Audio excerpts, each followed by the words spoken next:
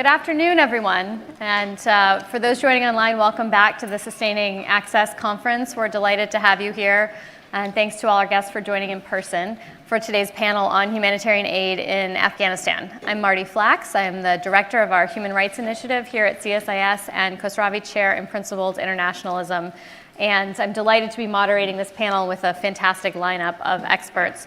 This is a discussion that does not require a lot of framing, particularly for an audience that I know is following this issue very closely.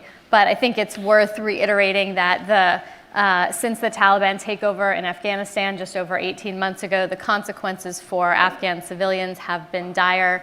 We've seen a dramatic increase in humanitarian aid necessity, more than 28 million people in need of humanitarian assistance, widespread human rights abuse, an economy that has essentially bottomed out. And while abuse and challenges are facing every segment of the Afghan population, women and girls have been particularly targeted, not just for speaking out for their human rights, but for trying to go about their lives, for trying to get an education, for trying to go to work, earn money for their families, and by trying to participate in civic life as any other citizen. The Taliban's recent decrees that have banned women from working in humanitarian aid organizations and now from working at the UN have made what was already an extraordinarily challenging humanitarian environment nearly impossible. And so we're here with a group of extraordinary experts to talk through and unpack what that means for humanitarian assistance and operations in Afghanistan, how to get the life-saving and necessary assistance to people in need while trying to respect human rights and international norms. I'm going to briefly introduce each of our panelists, and then we're going to dive into a conversation. We're going to leave some room at the end for questions. So for folks in the room, you'll be able to get a microphone and ask your question live.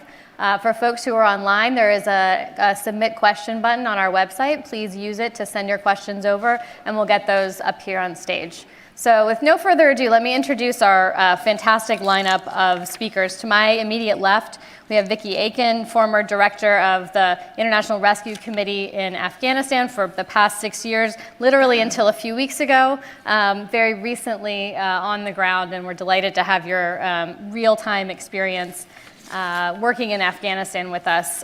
To her left is Ella Watson-Stryker, the humanitarian representative for Médecins Sans Frontières, MSF. After a long 15-year career in the field, she is now here helping us, policymakers and other analysts, understand what's happening on the ground and create smarter, better policies. And then to my right, we have Ashley Jackson, co-director for the Center on Armed Groups, who focuses not just on armed groups, conflict, and peace building, but also the intersection of humanitarian and international aid. Recently wrote a book, I understand, on Afghanistan, Negotiating Survival, Civilian Insurgent Relations in Afghanistan. So pick a copy of that up when you get a chance. And then we will have a fourth panelist who is joining us as we speak, and I'm going to introduce her as she's joining us because we're so delighted to have her as well. And that... Metra, thanks so much for joining us. Metra Mehran is an Afghan human rights activist who's focused on women's empowerment, human rights and justice, and political accountability. She's the founder of the Feminine Perspectives movement in the context of the Afghan peace negotiations and is now a non-resident fellow at New York University. So thank you all for joining us. Let me start with a question to my colleagues here on the left in terms of just help us setting the stage for what's happening right now in Afghanistan and the experience that humanitarian aid organizations are having. So Vicki, maybe I'll start with you.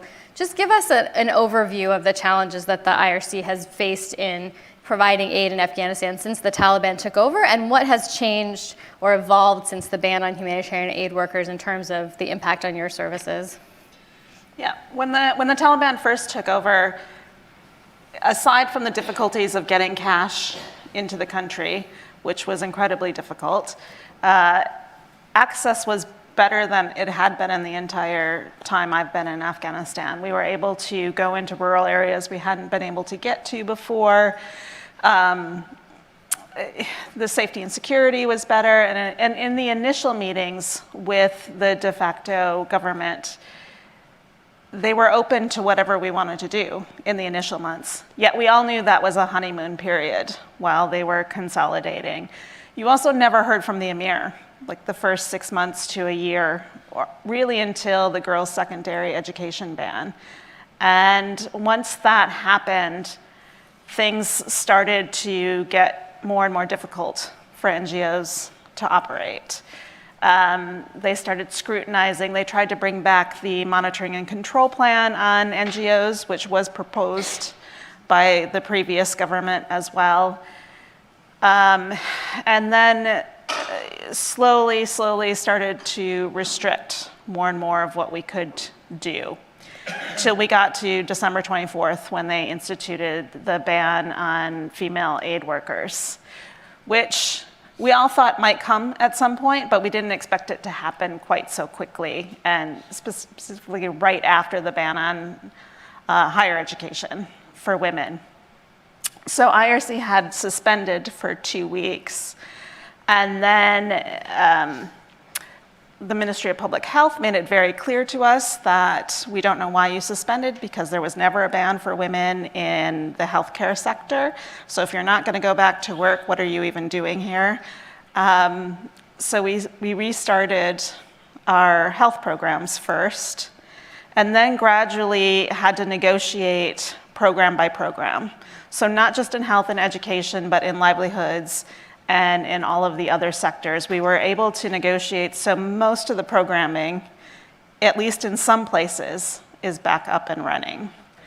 But the issue now is that it's all about negotiating access every day, every minute, with every person that you meet. So you can't just negotiate with the Ministry of Economy and sign your MOU and operate. You have to negotiate at the central level, at the provincial level, at the district level, at the village level, and you have to negotiate not only with your line ministries, but you have to also talk to GDI, and you have to talk to MOI, and you have to, and then they might change the person that you just negotiated with after 2 or 3 months, and you have to start all over again.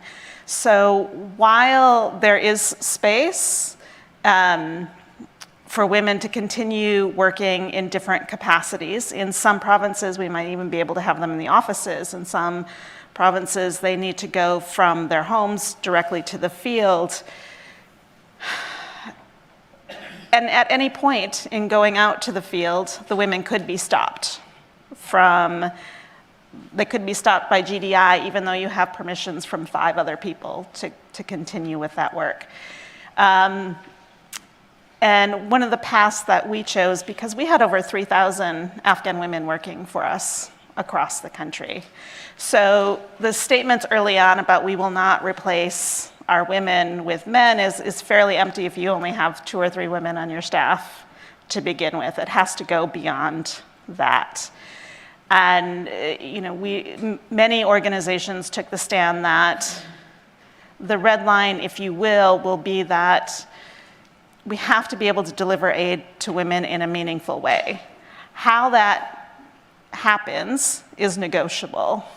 Where that happens is negotiable. But completely stopping altogether until you get a central agreement is not an option for the women of Afghanistan, because if you talk to the women inside, they want opportunities where those opportunities arise. And as I mentioned, we have 3,000 women to be responsible for having them be able to have a job, for having them feel safety and have dignity. And it's really important that the international community stays there and fights for that ability for women to do that. Thanks. And I want to come back to this question of how you navigate the opportunities for women and keep them safe while doing it. But I want to also bring in Ella to get your experience from the MSF perspective. Has it been similar to the negotiations that IRC has undertaken, or have you had a different experience? I think in the initial aftermath, we also had this similar experience, which is that it was safer to move around the country. And so we could also access places that we hadn't been able to access before. But it also meant that people could travel to receive healthcare. And so we saw people coming from significant distances away, and people who had been really delaying seeking medical care while the conflict had been so intense. So it was a big change initially when the Taliban took over, is just this increased demand on medical services. We've seen that continue actually for a few different reasons. So the economic reasons that Vicky mentioned as well. The fact that aid has long been politicized in Afghanistan, and the political actors who underwrote the health system withdrew when the Taliban took over, meant that there were fewer people, fewer organizations, and less money available to provide medical care. So for us, the experience has been a really struggle to expand our operations. We've expanded to new locations. We've also expanded existing hospital services to provide new and different services, but also just to have more beds and have a higher bed capacity for patients. We've always had to negotiate every step of the work that we did in Afghanistan. I think the complexity of the negotiations now is very similar to what Vicky is describing. But the good point is there are still channels through which we can negotiate. So that would be sort of the positive I can find in the current situation. Just to follow up briefly to each of you, have you encountered situations where those negotiations were not successful, where you haven't been able to find a way to keep your employees working or keep your access, or is it you've always found a workaround so far in terms of access? So this is where the flexibility comes in, that it's so important to be flexible to continue your programs wherever and however you can, because next week it might change and you might get permission. So in one province, before the ban on women, we had been negotiating for 3 months to restart our women's livelihoods program, and we're getting no, no, no. Then the ban happened, and all of a sudden we got permission to restart our livelihoods programs for women, which would make no sense, but it's the sense that it makes is that new people come in and different people are there to give permission. So it's really important that you keep at the negotiations and don't take any rash decisions immediately, because the situation could change the following week. Yeah, is that your sense as well? Yeah. I mean, a no is a beginning point for a negotiation, right? That's the only way to work in humanitarian contexts. I think the other piece is that for MSF, we're in a slightly different situation in that we're not registered as an NGO, we're registered as an international organization. So we haven't had as much pressure as those organizations registered as NGOs, because we're working with a different line ministry, but we are well aware things could change at any time. We don't take it for granted that we've faced relatively less pressure. We have continued all of our operations. In fact, we've expanded the work that we're doing, and more than half of our medical staff are women, and they are still showing up to work every day and doing the life-saving work that they need to do. So that hasn't changed, and we're doing everything we can to maintain that capacity. Thanks. Let me bring in Ashley. So you spent a long time researching the dynamics between the Taliban and civilians. You know, as our other panelists are talking about the different attitudes of different sections of the government, federal government, local government, even if different individuals that they might be negotiating with day to day or week to week. How are you seeing that play out in terms of Taliban decision making? What's your assessment of when they put an edict out like no women in the international aid organizations? What's the pushback that they're getting from their own population? Is that influencing how robustly they enforce it depending on the local context, or what's driving that difference of opinion, difference of action?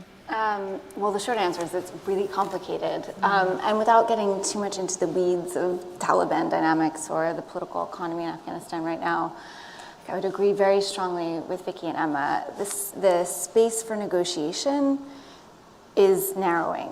And there's this environment where everyone's really, really unsure about what happens next. You can, as a female businesswoman, you can run your business technically, but there are a million things that can happen.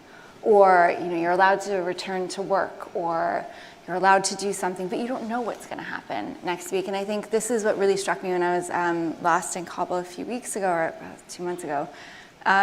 This sense of uncertainty, which means that people kind of have to have 18 different contingency plans, the way that Afghans themselves who don't have an option, who can't leave, have to kind of come up with backup plan after backup plan as to how they're going to kind of survive and withstand the next hit.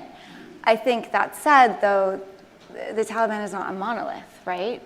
The government, the government is full of civil servants who are there under the Republic. It's full of fighters from the field or real Taliban officials who don't, who have different preferences, have different thoughts about this. And when the Taliban was in an insurgency, there was no blueprint for the day after. They hadn't gotten to that yet. So what they did was assume control of the Republic structures. And for the first 6 months, a year, things sort of ticked along in various states of functionality and consistency. But what you see now is the emir, or the circle around him, establishing more control. These edicts are coming, right? And that creates this uncertainty of whatever we thought we had or could do, or the space that was left for hope or negotiation, looks much more precarious.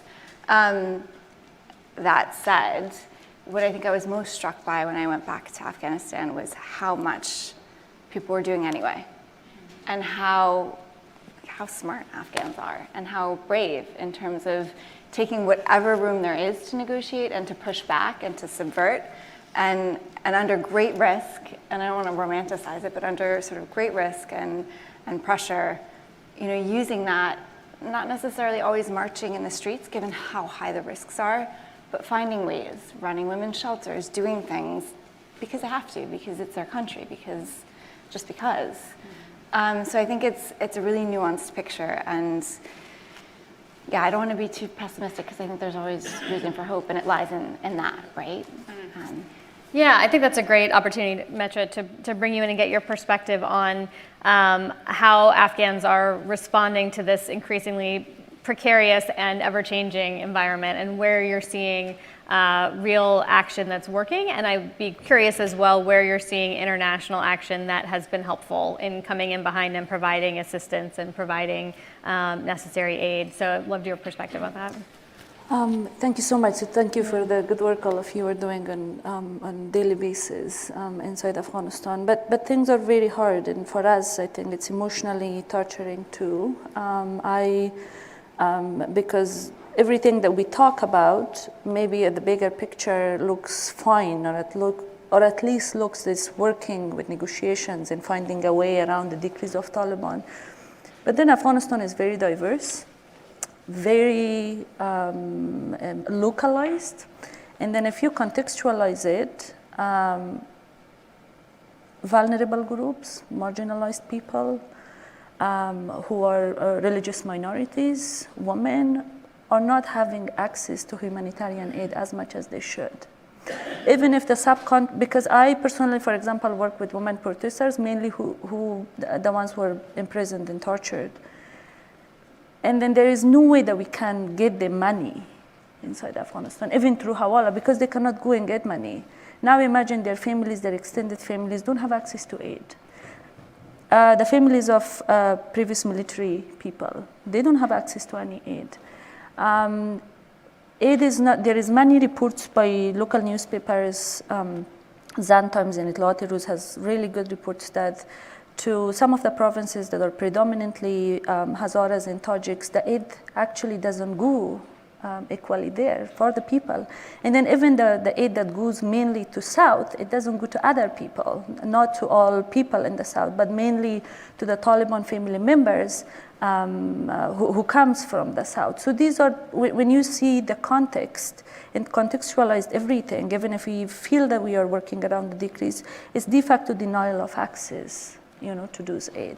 At the same time, even if we, for example, consider the Taliban, it's really hard that you want to have a principled goal with a very unprincipled group, So that is very hard. So, and if you don't have the freedom of movement, if you don't have the freedom of, interacting with a person who is not from your sex, there is no way then you have access to that aid. Even if subcontractors maybe deliver some reports, right? that they have, for example, distributed aid to the people, but then their reporting, their distribution, everything is monitored by the Taliban in that village or in that province, who were previously, as she rightly mentioned, were insurgent fighters. They don't know the role, they're not reporting to anyone.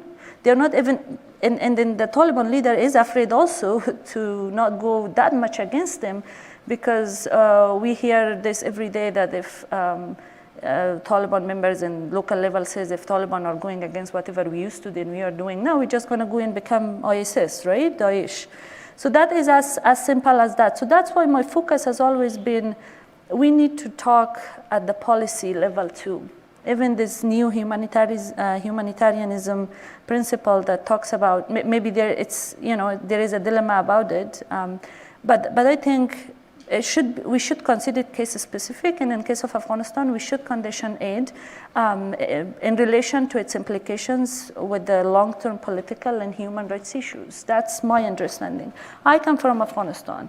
United States have been heavily involved in every matter we do. So if you talk with a taxi driver in Kabul or in any province, they won't believe that they have a say in their destiny. They're like, if the US or international community make a decision to bring Taliban and are supporting them, they will do.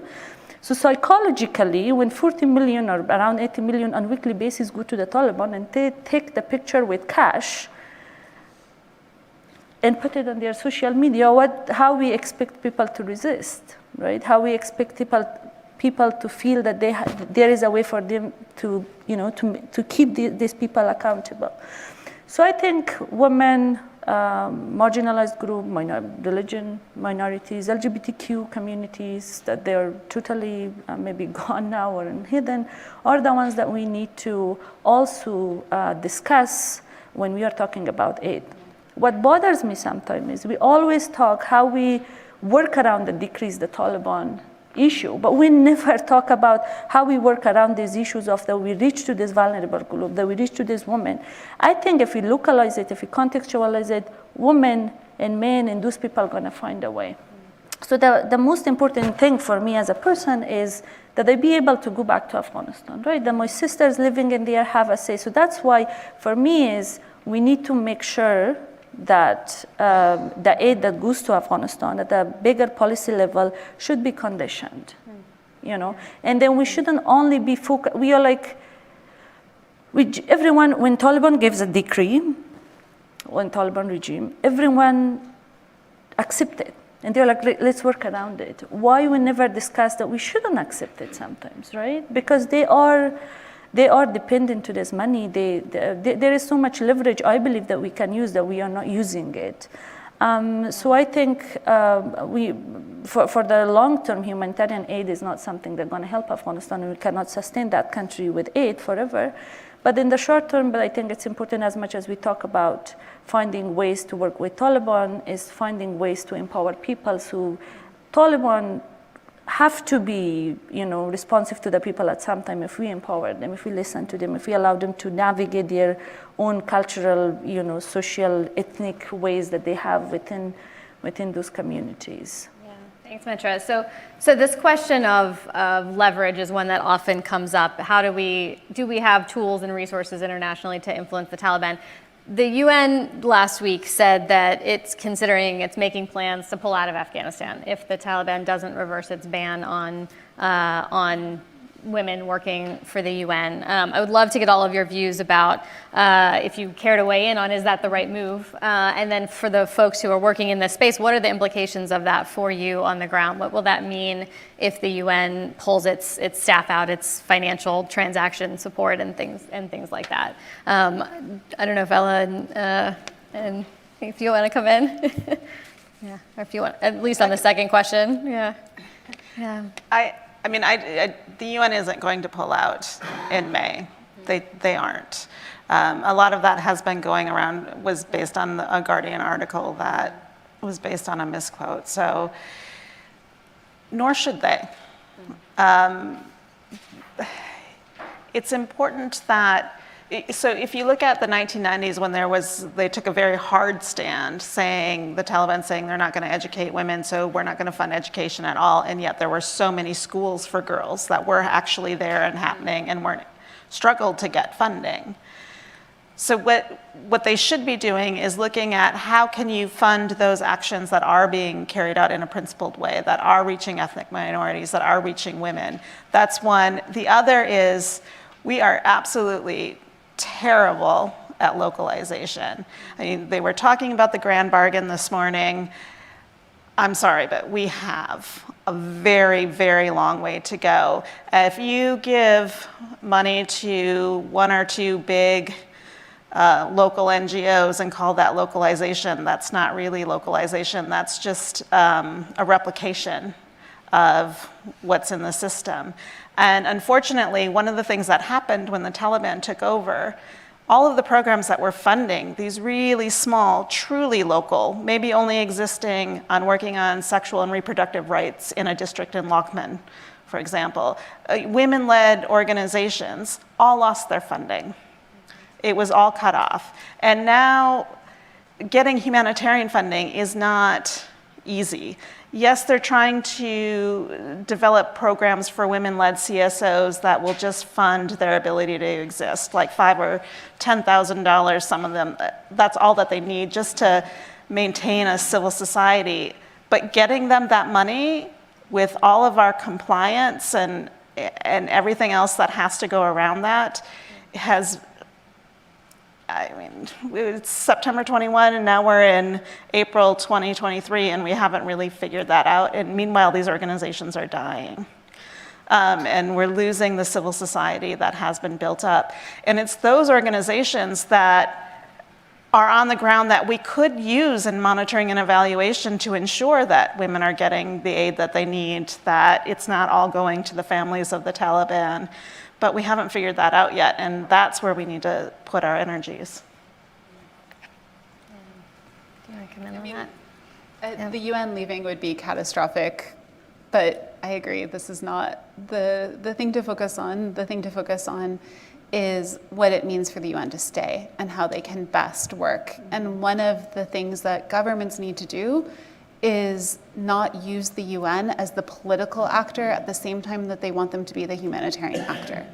Governments really need to take responsibility for their own political agendas and have those dialogues, those political conversations directly with the Taliban and authorities, and not think that the UN can be the be-all, end-all for everyone and every government. We need the UN as a humanitarian actor, and we need to protect that space. The UN, MSF is frequently criticizing the UN, but and we will continue to do so. That's part of our responsibility in the humanitarian sector. But we also recognize the enormous pressure that they are under in Afghanistan and the very difficult balance that they have to strike in the situation that they're in. We see UN agencies struggling to meet really intense needs, and that economic collapse has driven many Afghans into a very desperate economic state. Those who are lucky enough to have a job are employing not only their immediate, or are supporting not only their immediate families, but their extended families. Many people are relying on single incomes. People are relying on food assistance at rates that we haven't seen before, and we are treating more and more people for malnutrition.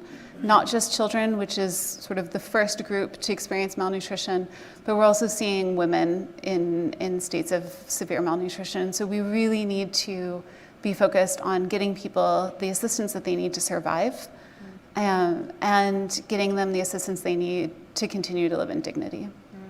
It's interesting, this point about the role of the UN, because of course the UN has many hats, including in Afghanistan. So they play a vital humanitarian role, but they do have a political role there. We had UN High Commissioner for Human Rights here last week, Volker Turk, talking about Afghanistan and their role in documenting human rights abuse and his view on whether and how the UN can continue to work there, which is maybe a little bit different, as you might expect. But there are a lot of different components of the UN that they have to navigate internally as well, how to balance.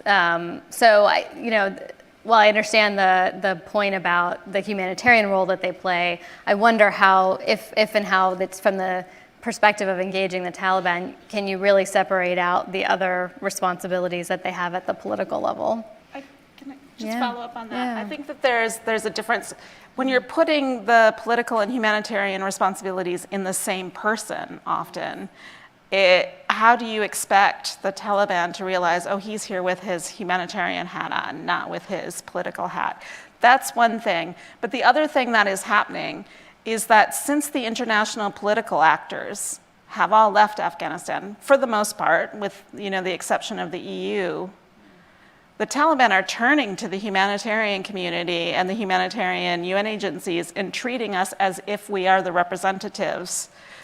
And we're the only ones that they can talk to face, and that's politicizing us in a way that we don't, on a role that we don't want to play.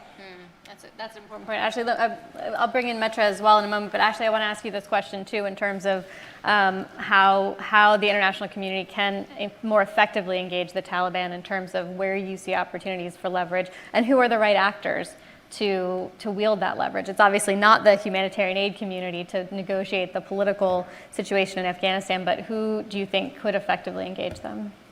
Well, I don't think they care about aid. I don't think aid is leverage. They've proved that. But I think after this misquote about the UN leaving, there was a really interesting statement from a Taliban spokesman, and the last line was, "We Afghans can stand on our own 2 feet," which appeals to something Metra hit on, of like this feeling of your destiny being in the hands of foreigners the entire time, or in the hands of people you don't want governing you in many cases. So I think there's this misconception that like aid is leverage in Afghanistan, and it almost has never been. It definitely isn't with the Taliban.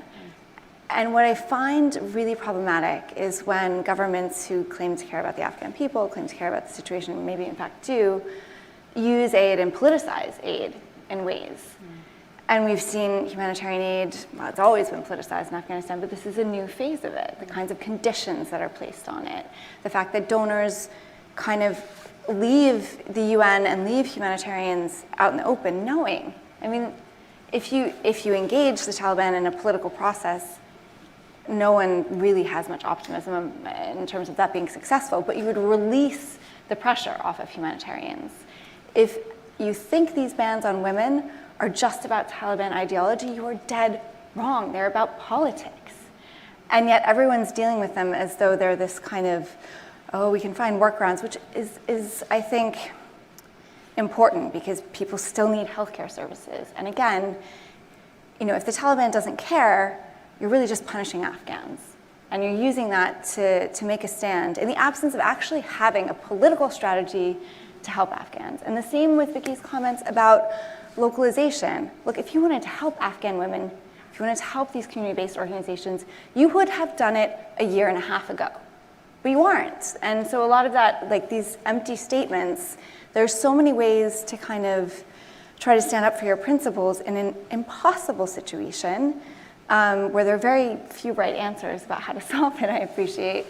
But I find a lot of political hypocrisy from the US, from other donor governments, not from the donor agencies that are trying to help and in a very tough position. But I think, I just think the Taliban as a government, as an authority, whatever you want to call it, aid is not leverage, but they are acting out politically, and we're not engaging with that reality or with the right analysis of how to engage, and that's a political problem. That's not down to humanitarianisms, and I don't know if cutting off aid is the right thing to do. I don't know what the right thing to do is, but That's where I was gonna go next, which is and maybe I'll ask Metra this question too, which is how do you influence a government can you influence a government to care about its people that inherently doesn't care about its people? I don't think that's, I don't think that's what's going on here. I don't think we're going to influence any government to do that with humanitarian aid, ever, possibly. Outside the realm of the deployment of humanitarian aid, it's a sort of broader question of do you see an opportunity to change the situation, or are we really talking about working around what's going to be a terrible situation for the foreseeable future? Yeah, I just think if there was a political process, we could evaluate that. But there's no political process with the Taliban. It's a lot of donor governments kind of throwing up their hands, not doing everything they can on the humanitarian side, and not doing much productively on the political side. So I would love to find out is the answer. I would love to see more people on all sides trying to kind of shake things up with more energy, with more political courage. You know, whatever direction that takes. I don't profess to have any answers. I'll leave that to Metra. Let me bring you in on this same question. So it's a very polarized issue, even within Afghanistan. But before going to this, I want to just mention on the UN thing. The thing is, all the UN bodies, are supposed to do some political work. UCHO need to do the coordination for humanitarian aid, and then all of them are doing the same thing. Everyone is busy with their humanitarian aid, maybe because there is some money, or maybe because there is enough attention, or need, or demand. But we needed UNOMA to do a better job. Even though I was one of the people who went to New York and advocated for it to get extended, because I thought even if it's not working, but we should have something to keep accountable someone in the future if we wanted to. But then, so I think UN need to not act very contradictory too. People in New York are saying something, UNOMA in UCHO is saying another thing, UN Women is saying different thing, and there is no gender-sensitive monitoring of humanitarian aid to Afghanistan by any UN entity. UN Women is trying to do, but they don't have that much capacity and resources as other UN entities does. And honestly, the admin cost is very high. I hear WFP is charging 48% of the money on their admin cost. And that is like too much. So I think there is so much to sit and talk about the UN system and its delivering system too, because to meet the current reality. And then about the humanitarian aid going to Afghanistan, it's a very polarized issue, and it's very hard as someone that I know, maybe my cousin who doesn't have anything to eat tonight, to say that we should cut it. But what I am saying is, Taliban are collecting taxes heavily, right? Based on USIP's report, they had collected $400 million in the first half of 2022, right? So when we are sending the cash to Afghanistan, up to 80 million per week, we need to see how much money they have, push them to spend that on the services, and then maybe the international community cover the remaining. But they are like doing nothing to Afghanistan, to the people, and they're kind of keeping international community blame or accountable for something that, hey, this miss is your responsibility, come and take responsibility of it. It's not, it's Taliban's responsibility, and we need to make sure that they do their job.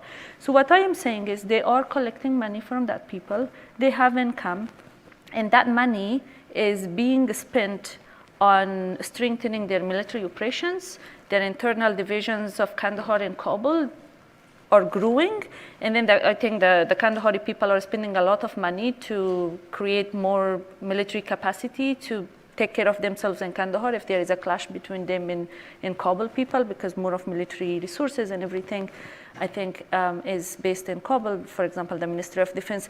So I think what we need to do is see how much we can push them.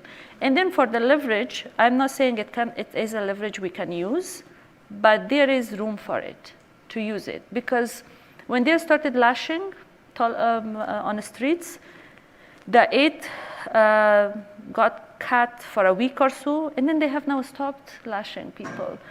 They didn't allow primary education in Paktia and Paktika, I believe, and then there is a group of education activists and education organizations that are working with UNICEF and other organizations on the ground. They pushed for it. The aid was cut for 3 weeks, and they allowed primary education in those provinces. So we cannot say that there is no leverage in it.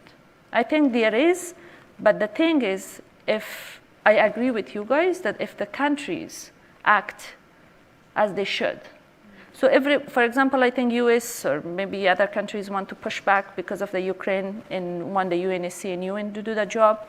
Russian and Chinese and UNSC is maneuvering their politics and interests. So I think there is so much that countries can act and do it, but they are not doing enough. if they want to, this money can be used as leverage too. That's my understanding, because that's what we hear inside Afghanistan. And then the second thing is, I think there hasn't been a proper monitoring of how UN is spending the money, and where is the room to change it. There's gonna be something till November, I believe, of UNOMA, but I don't know. But we are pushing for a gender expert there, and that's not even considered, right? So I think there are at least things that we can do that's not being done. I completely agree with Metro on a couple of those points.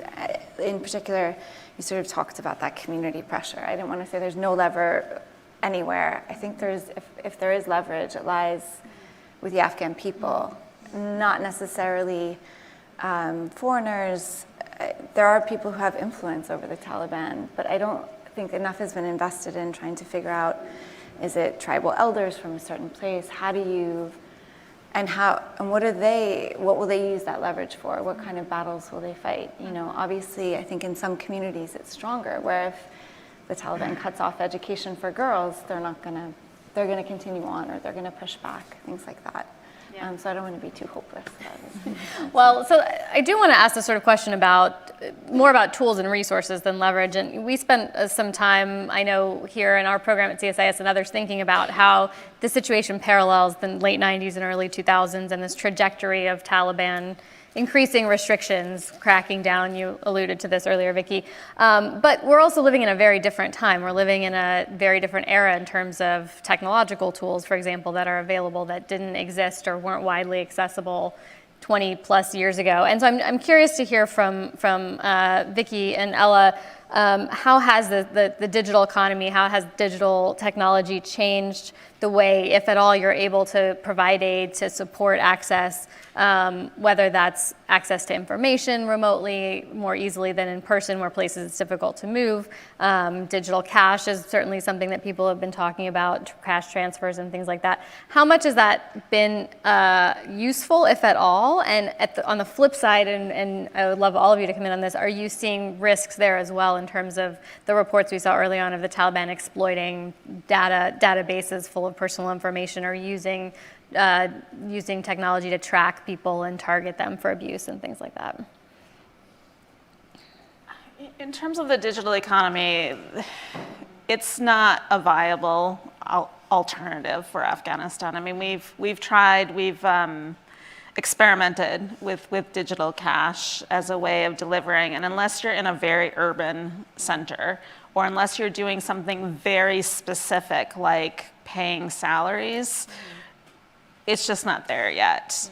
And so you would again be leaving off a big portion of the population. I mean, even peri-urban, it's really difficult to do that. And is that internet access, self-service? In other words, is that a place to make investments in to change like, that? for example, if you gave someone digital cash, then you'd also have to set up all of the different service providers to be able to accept it. And then you're also removing choice from the person who receives the cash as to where they can go, where they can get it. We tried something like that with livelihoods, and it didn't quite work. So maybe if you're doing an urban distribution of cash, that might work a little bit better, but you're a long ways away from that being a panacea for Afghanistan. In terms of using it to mobilize and to raise awareness, it's almost having the opposite effect now. So as soon as you highlight something like, let's take the Paktia secondary girls' education when they opened the schools, and then people started putting that on social media, the Emir stopped that from happening. And you know, we are told by different Taliban officials, you can do this, don't publicize it. So I'm almost afraid to talk about what some of the solutions could be for women in a public forum, because as soon as they find out what those solutions are, then that puts a target on them. Interesting. Yeah. Ella, anything to add? Nothing to add. Yeah. Metra, is that ecosystem worth investing in your view, at least in urban, peri-urban areas? We've certainly seen that in other environments take off as sort of an alternative. Yeah. I agree with Vicky on this. It's not something very applicable. And the reason is a large population of Afghanistan, around 80%, live in rural areas. They don't have access to the means to use it, right? You need to have money to buy a good phone. You need to have money to have internet or, the phone services, to have access to the services, the first one. And the second one is there is a high chance that it get manipulated by the Taliban. That's what's happening, at least with some people that I work with or some groups, that even their WhatsApps are not safe anymore. Now imagine if they are using the services provided by the local cell phone providers or, for example, what I said, cell providers, right, services. So I think that first thing is not safe. Second thing is it's very costly at this time to make sure everyone has access to those means or educate them in use of that or make Afghanistan economy to adapt that thing. If it's like very cash-based now and our banking system is not even working properly. But there are other ways that we can use, of course, technology, and that's in terms of more maybe coordination, getting connected with the local actors or women-led civil society organizations. It's, for example, maybe 20 years ago, it was very hard to find a woman to help you in Badakhshan or in Takhar or in Kandahar or in Bamiyan. Now it's easy. Right? I just need some people that we need some women, and then they know each other. You get to find 10 women from Badakhshan, from Mazar, from Helmand in a matter of hours. So I think those are the things that we can use it and just not rely that maybe we are here or we are in Kabul or we are, that's why we don't have access to those women in rural areas. I think that those are the ways that we can use it or provide them with some technology, safety trainings or something to do the job and be part of this process, but then making, for example, the delivery of it using technology. In the long term, I don't know, but I think now people don't have the means to use it. It's not feasible. Yeah. I would also add on education for women. I think it's an alternative solution for some, just to ensure that there are some women that are still trained to be the next generation of healthcare workers or teachers.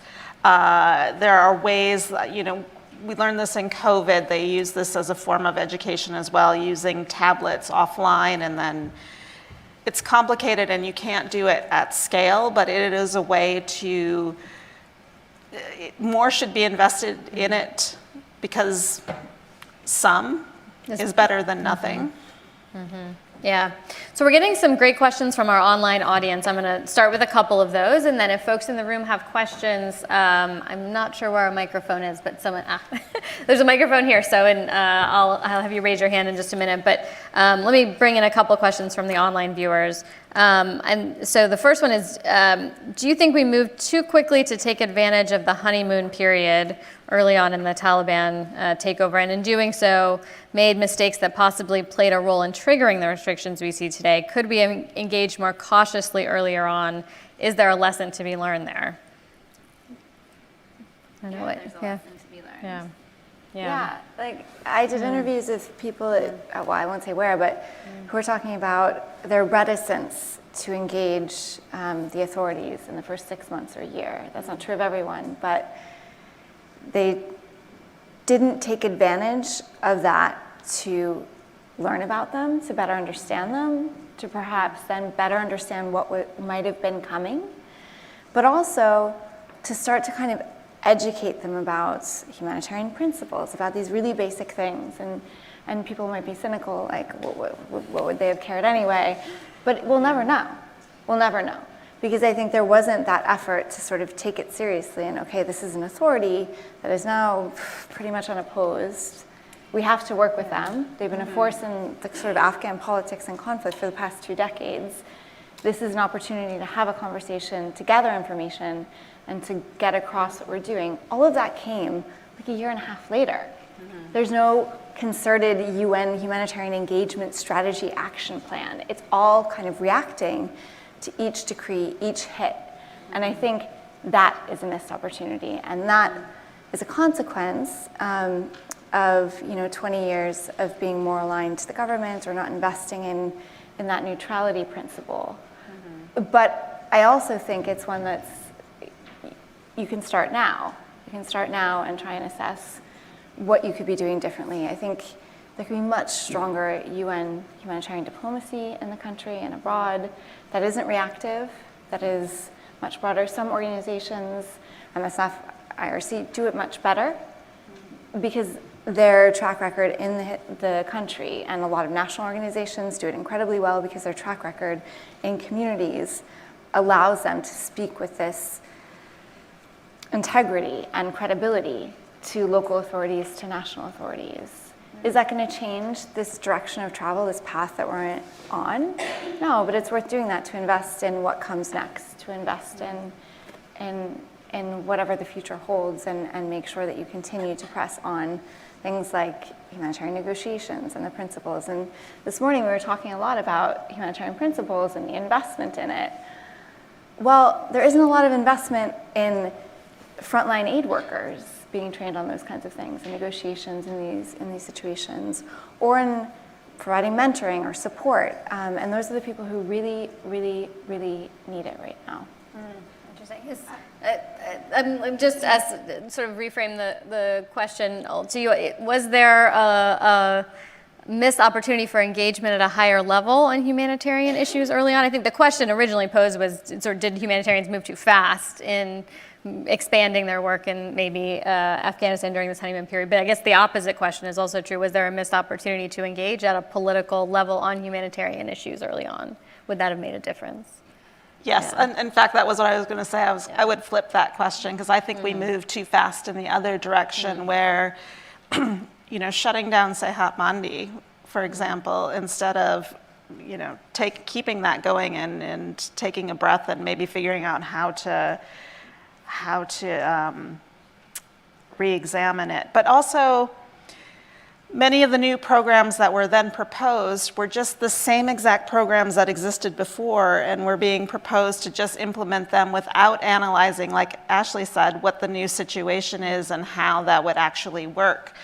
And then it took us a long time to figure out if anyone aside from humanitarians could talk to the Taliban leaders. So that let them set up a pattern when maybe if political action was taken earlier, it may have had an opportunity to go in a bit of a different direction. But to say, could the humanitarians have done more? I mean, the humanitarians were the only ones that were there. I think that's a little unfair.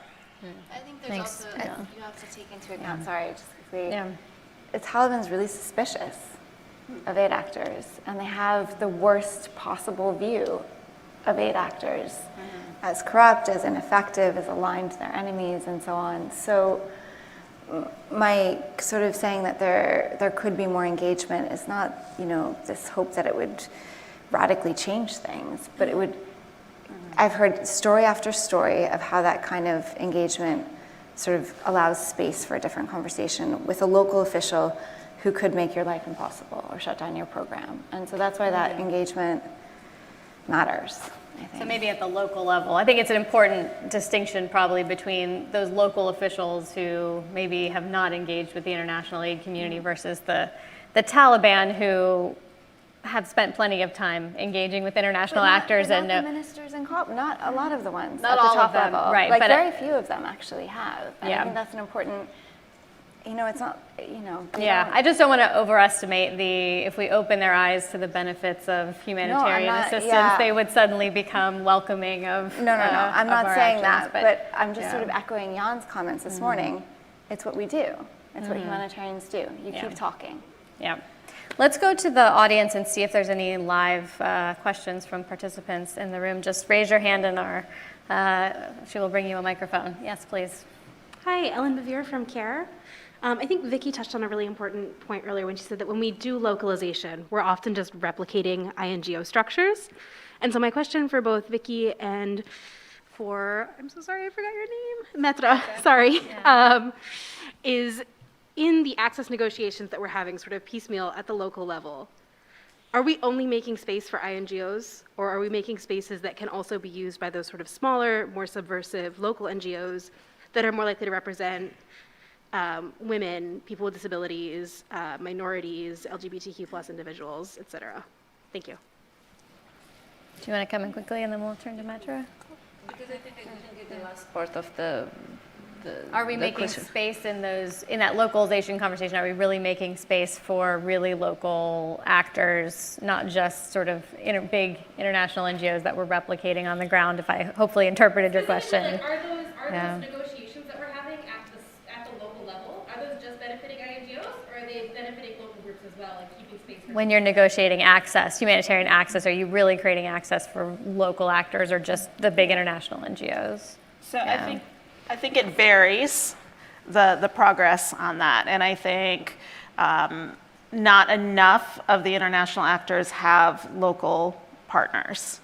So actually, IRC and CARE have a joint project where we have local NGOs running women's livelihood centers, and we've had some success. And when I say we should say those local actors themselves have had some success that after the ban have been able to reopen a couple of those women's centers, depending on their own. So we haven't been doing a great job negotiating on behalf of those local actors, and nor necessarily should we, but what we should do is be creating a space where they can negotiate on behalf of themselves if they ask for it and if they need that, particularly for women-led organizations who might get refused entry into a ministry. So that's when you need the international partners to go and then make an appointment and just take them with, and they won't get refused, or at least they haven't been in my experience, but we don't do enough of that. So recently we have this discussion among us in Afghanistan that we are like, many of politicians had to change and become advocates because there is maybe space for them to at least do some advocacy for women of Afghanistan. And then that's why I think it's not fair that we expect the people who are actually doing the administrative and the execution of humanitarian work in Afghanistan to be politicians too, to do the negotiations a lot and all. So Vicky is definitely in a better position to answer that because she is more involved in this on the ground, or her team. But based on my experience, not really, because the humanitarian aid has been mostly administered and distributed by big organizations in the last 1.5 years. But I think conferences like this, and then everything we have done in the past 1.5 years have been so reactionary. Something has happened and you wanted to respond to that. And especially if it was severe and really worse and bad. And I think these platforms are maybe now is a good time that we sit and reflect, of what happened, where are the room that we need to work on. And I think one of those things is maybe the lessons learned, like Vicky mentioned, is this local organizations, mainly women-led, when they become subcontractors for the distribution, then they get their registration or permission or anything through these big organizations. If they go to these are our partners for application of this and that, because based on an assessment I did on civil society 2 months ago. So Taliban are not saying that we don't, they have asked all local nonprofit organizations to re-register themselves with the Ministry of Economy. All of them should get certified again. They have been asked. They're like, there is no law to specifically says that women-led organizations won't be certified. But then the thing is when they go and send their applications, they never get approved. So maybe so there should be ways that they get the permission once they have funding or they have a job to do.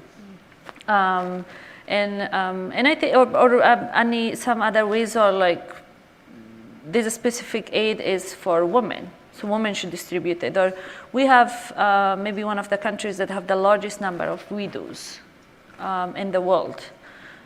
So widows can be a target group for women aid workers to, to do the job. So I think there are rooms for it, but I personally don't see a fundamental work in the past 1.5 years. So hopefully these platforms be a chance that we reflect on that too. Any other questions from our in-person audience? I see one over here. And if there's any more, let's take the last couple. If there's one more, we can do them together. Nope, all right.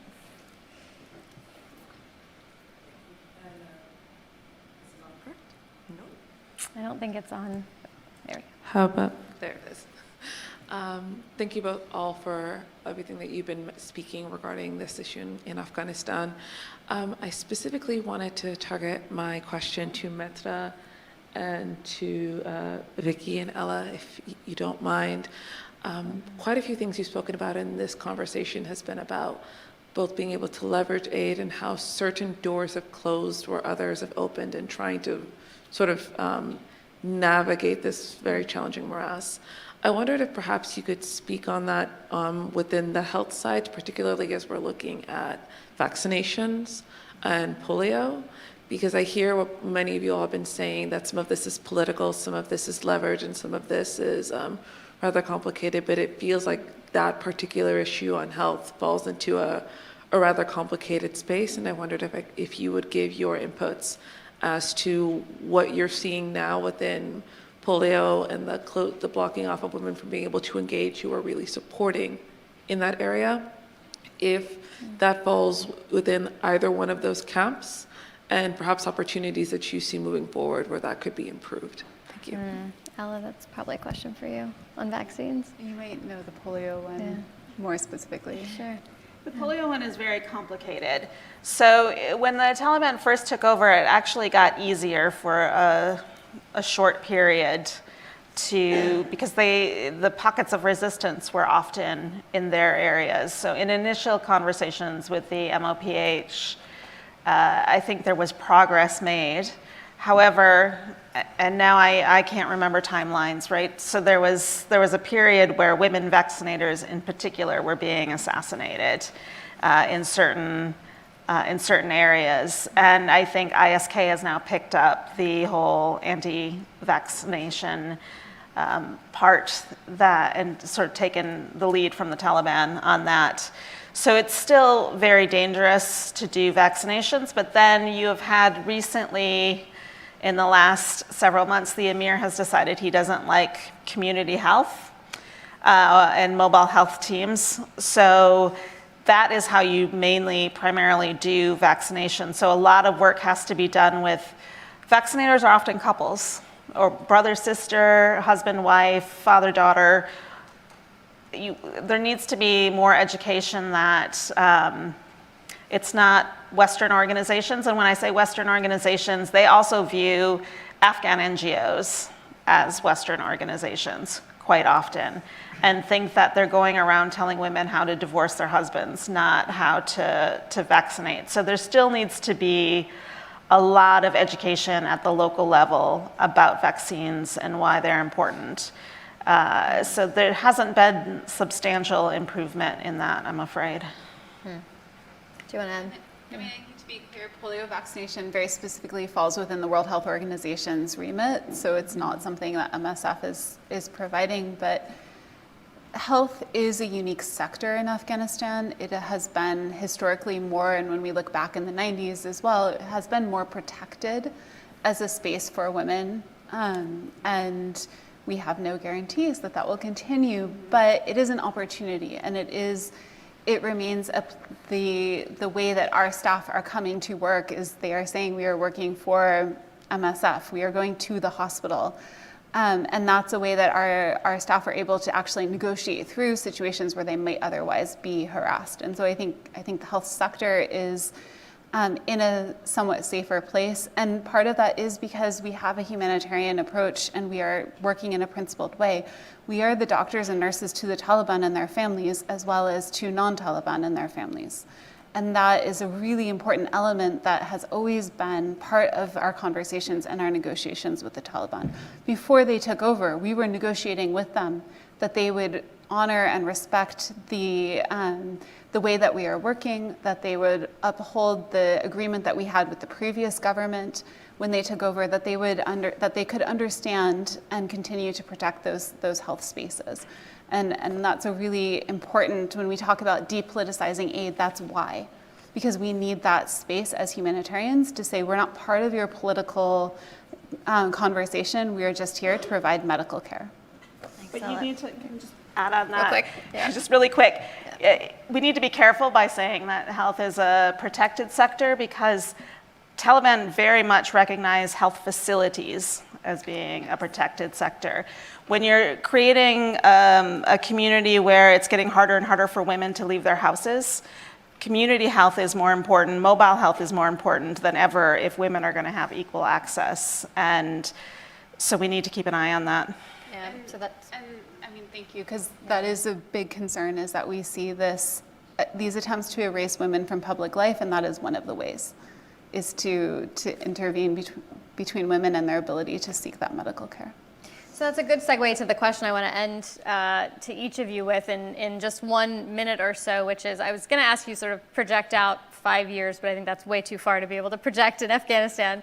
But I want to ask you to project out a year from now in terms of what the situation might look like on the ground in terms of your operations, ability to work, the communities you're engaging with.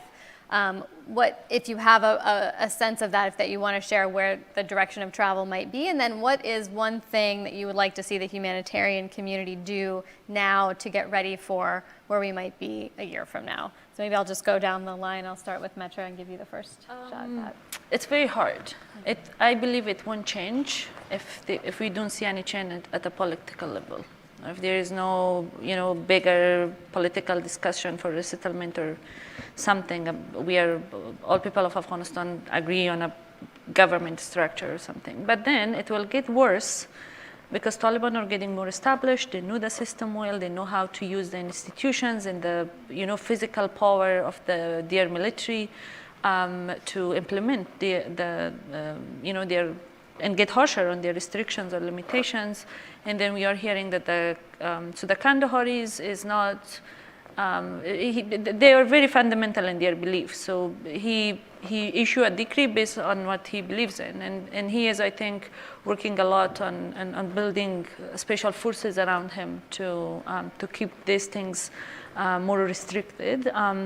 So I think, hopefully, we need the international community, especially state actors, to act and there be a political negotiation or something. If not, I really see the coming year getting harder and harsher on everyone, and if the sue for the humanitarian aid workers. I don't see a brighter future if there is no political agreement on a bigger level, honestly. No, I'd agree with all of that. I think it's going to get more difficult, which is not saying much. It's already incredibly difficult. But in order to prepare, I think it's about investing in, okay, it's very hard to say what the future holds, but investing in the structures that we know will help Afghans survive whatever comes next. And that's in health, that's in community-based organizations, that's in women's organizations, and a lot of things that have, quite frankly, been neglected. And if we were to step back and look at, where donors are putting their money and really just blank slate, how could they work differently? This is an aspirational kind of police state, right? It's a really difficult operational environment. It's an environment of horrific humanitarian need. Okay, a lot of things aren't working. What could we be doing differently to better prepare, to better kind of respond to what comes next? Because I also feel there's a lot of sort of hopelessness, a kind of dread of people just don't even, would prefer to forget about Afghanistan, but that's not an option. Yeah. That's right. Yeah, Vicki? I agree. It's going to get, if you're checking a 1-year timeline, it's going to get worse. I think this year is going to be dreadful for Afghans. But that does mean that we have to find ways, like Ashley said, that we need to find ways to sustain civil society in Afghanistan, because the change is only going to come from within. And if the Emir keeps going the way that he's going, Afghans aren't going to tolerate that long term. And there will be a solution. But let's continue. If we can't do secondary schools for girls, let's open up more primary schools, because, the baseline for literacy in Afghanistan is still low, even after all of and because we couldn't get into many of these rural areas. So I think that could also help create a positive change in different areas of Afghanistan. So let's invest where we can actually make a difference. Let's figure out a way to actually get funding to truly local civil society and ensure that that doesn't fall apart. Because I think that there is a light at the end of the tunnel, whether that light is 3 years away or 5 years away. It cannot continue going down the path that it is. I just don't see Afghans tolerating that for eternity. That's true. Yeah. I'm not going to say that I'm optimistic for the next 1 year. I think the comments around looking at the local level and what's possible is really important. And that's the only way forward, I think, is to think on a very local level, what can we do in this place at this time? To work where it's possible, to do what is possible, and to negotiate always for more. And that's essentially the only way I see us being able to continue as humanitarians in that short term. Well, thank you all so much for the work that you are doing where it is possible to do it, and doing your best to make as much progress as you can in impossible circumstances. Thank you all very much for being here, and let's give them a round of applause.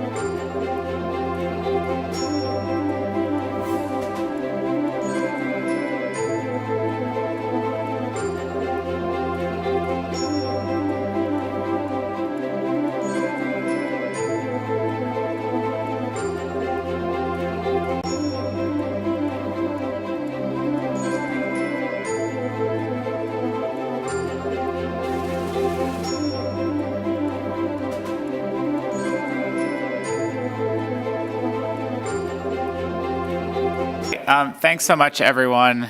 As promised, I'm going to go ahead and welcome everyone to CSIS once again. Welcome to the people in the room. Welcome to our online audience talking today at our conference on sustaining access. For our final session of the day, we have a great conversation coming up, an important one. Thinking back to this morning, first of all, this conference is situated in the context of CSIS's work on the Task Force on Humanitarian Access, and so we're very lucky to have with us to moderate our next our next session, Dr. Michael Van Rooyen, who was a member of our task force in 2019. Dr. Van Rooyen is a director and founder of Harvard's Humanitarian Initiative. He's also chairman of emergency medicine at Massachusetts General Hospital. This conversation also picks up on some of the themes that we talked about in our first plenary session. We talked about counterterrorism and navigating counterterrorism exemptions, but placed it in the context of a changing world and conversations about strategic competition and great power competition. And so we're very grateful for our panelists and for Dr. Van Rooyen for moderating this conversation on humanitarian access and the challenges of humanitarian access within the context of great power competition and learning the lessons from the ongoing conflict in Ukraine. So Dr. Van Rooyen, over to you. Wonderful. Thank you so much. Thank you all for joining us today, and thank you to our colleagues at CSIS and NRC for hosting this event, and for my wonderful panelists, both remote and in person, to talk about these issues of access in Ukraine. I want to put one slide up if I got it. And this will not be a slideshow, but I just want to start out by giving a little bit of a few framing remarks, and then I'll introduce our panelists, and then we'll navigate through a few questions, and then we'll open it up for questions as we go. So thank you again. So the issue of humanitarian access in Ukraine is a major and important issue, as we know, and I'll just reorient you. There's 44 million people in Ukraine that have been affected by war and conflict, 18 million requiring urgent humanitarian aid. Over the course of the Russian invasion over the last, 14 months now, we've seen the largest refugee and IDP movement since the partition of India, actually, with 8 million people crossing international borders and 5 million people internally displaced in Ukraine. We've also seen a rising death toll, anywhere from, and it's very difficult to count, anywhere from 10 to 100,000 civilian deaths, and innumerable deaths actually to deprivation, which we can't even really measure at the moment. There's also the forcible transfer of over 1.6 million Ukrainians into Russian territory. Russian military officials will say that this is a repatriation. The rest of the world calls it a war crime. And so by moving people and forcing displacement and repatriation, this has been a major feature of this war as well. Civilian attacks and direct civilian threats and direct targeting of civilian facilities has also been a major feature of this conflict. So we have seen direct targeting of schools, hospitals, civilian apartment buildings, and areas that have no major sort of military significance, but actually directly terrorize civilians. These are most intense in the Donbass region and eastern Ukraine, but also in the southern area as well. And finally, there's the use of inappropriate munitions and landmines that have really restricted humanitarian access. And that's what we're going to talk about today, is the issue of access and the sort of restrictions in humanitarian corridors, the restrictions in access, the attacks, the direct attacks on aid convoys, the overall restrictions in accessing populations in a variety of other areas, and the impacts of that as well. So we'll talk about that. And I want to end with, there's been a Ukraine advocacy working group that has put forth a year into the war, a series of statements that really call for the respect for humanitarian norms and laws and proportionality. They've also called for to respect and promote the 2023 response plan, advocate for access, scale funding, particularly for local organizations, and advancing localization, which we all believe is really important in our field, doubling down on protection and looking for durable solutions. And you can see that declaration in a variety. It was released in a press release in February of 2023, and you can see that online. So with that, and I put the slide up just to give you a heat map of sort of the areas that we're talking about that have the most intense restrictions in access. Those in darkest red are the areas that are the most complicated by access. The details here are less important. The bigger, at least for the purposes of this panel, but we will talk about actually why this is and what are the implications and what are the sort of ramifications. So I'd like to introduce my panelists. You can take the slide down if you don't mind. And we'll start out with a couple of our panelists. I'm really delighted to have experts who think about this stuff and these issues and can actually comment on their organizational practices as well. And I'll start with Katja Shamraj, who is on, there she is, good. So welcome, Katja. And I'll introduce them briefly. You can read their bios as well, but I'll keep this brief so we can get to the heart of the conversation. Katja is the program director for HIAS, the humanitarian NGO that is focused on mental health, women and girls empowerment, and cash assistance. And she's been on the ground and working in Ukraine for a year now. She has a background in sort of multi-sectoral consulting, including building partnerships with private industry as well. And she's worked across many areas in the Middle East and throughout Africa. Johnny Robinson, welcome. Johnny is a humanitarian specialist at the U.S. Naval War College. He's a global fellow at the Brown University Center for Human Rights and Humanitarian Studies. And he's spent 10 years or more living abroad and working in conflicted environments in the Middle East. He served as a researcher in the Carter Center's Syria conflict resolution and has really advanced areas of research, specifically looking at the power struggles promoted by Russia and China as well. And so he's really served as both an in-field expert and also a researcher. So welcome. Thanks for coming. And then finally, Mans Wielander. So Mans is a humanitarian professional with a background in protection. He's the humanitarian access manager of the, the Norwegian Refugee Council, and we're thrilled to have him here as well. He's had a lot of experience with NRC and Save the Children as well.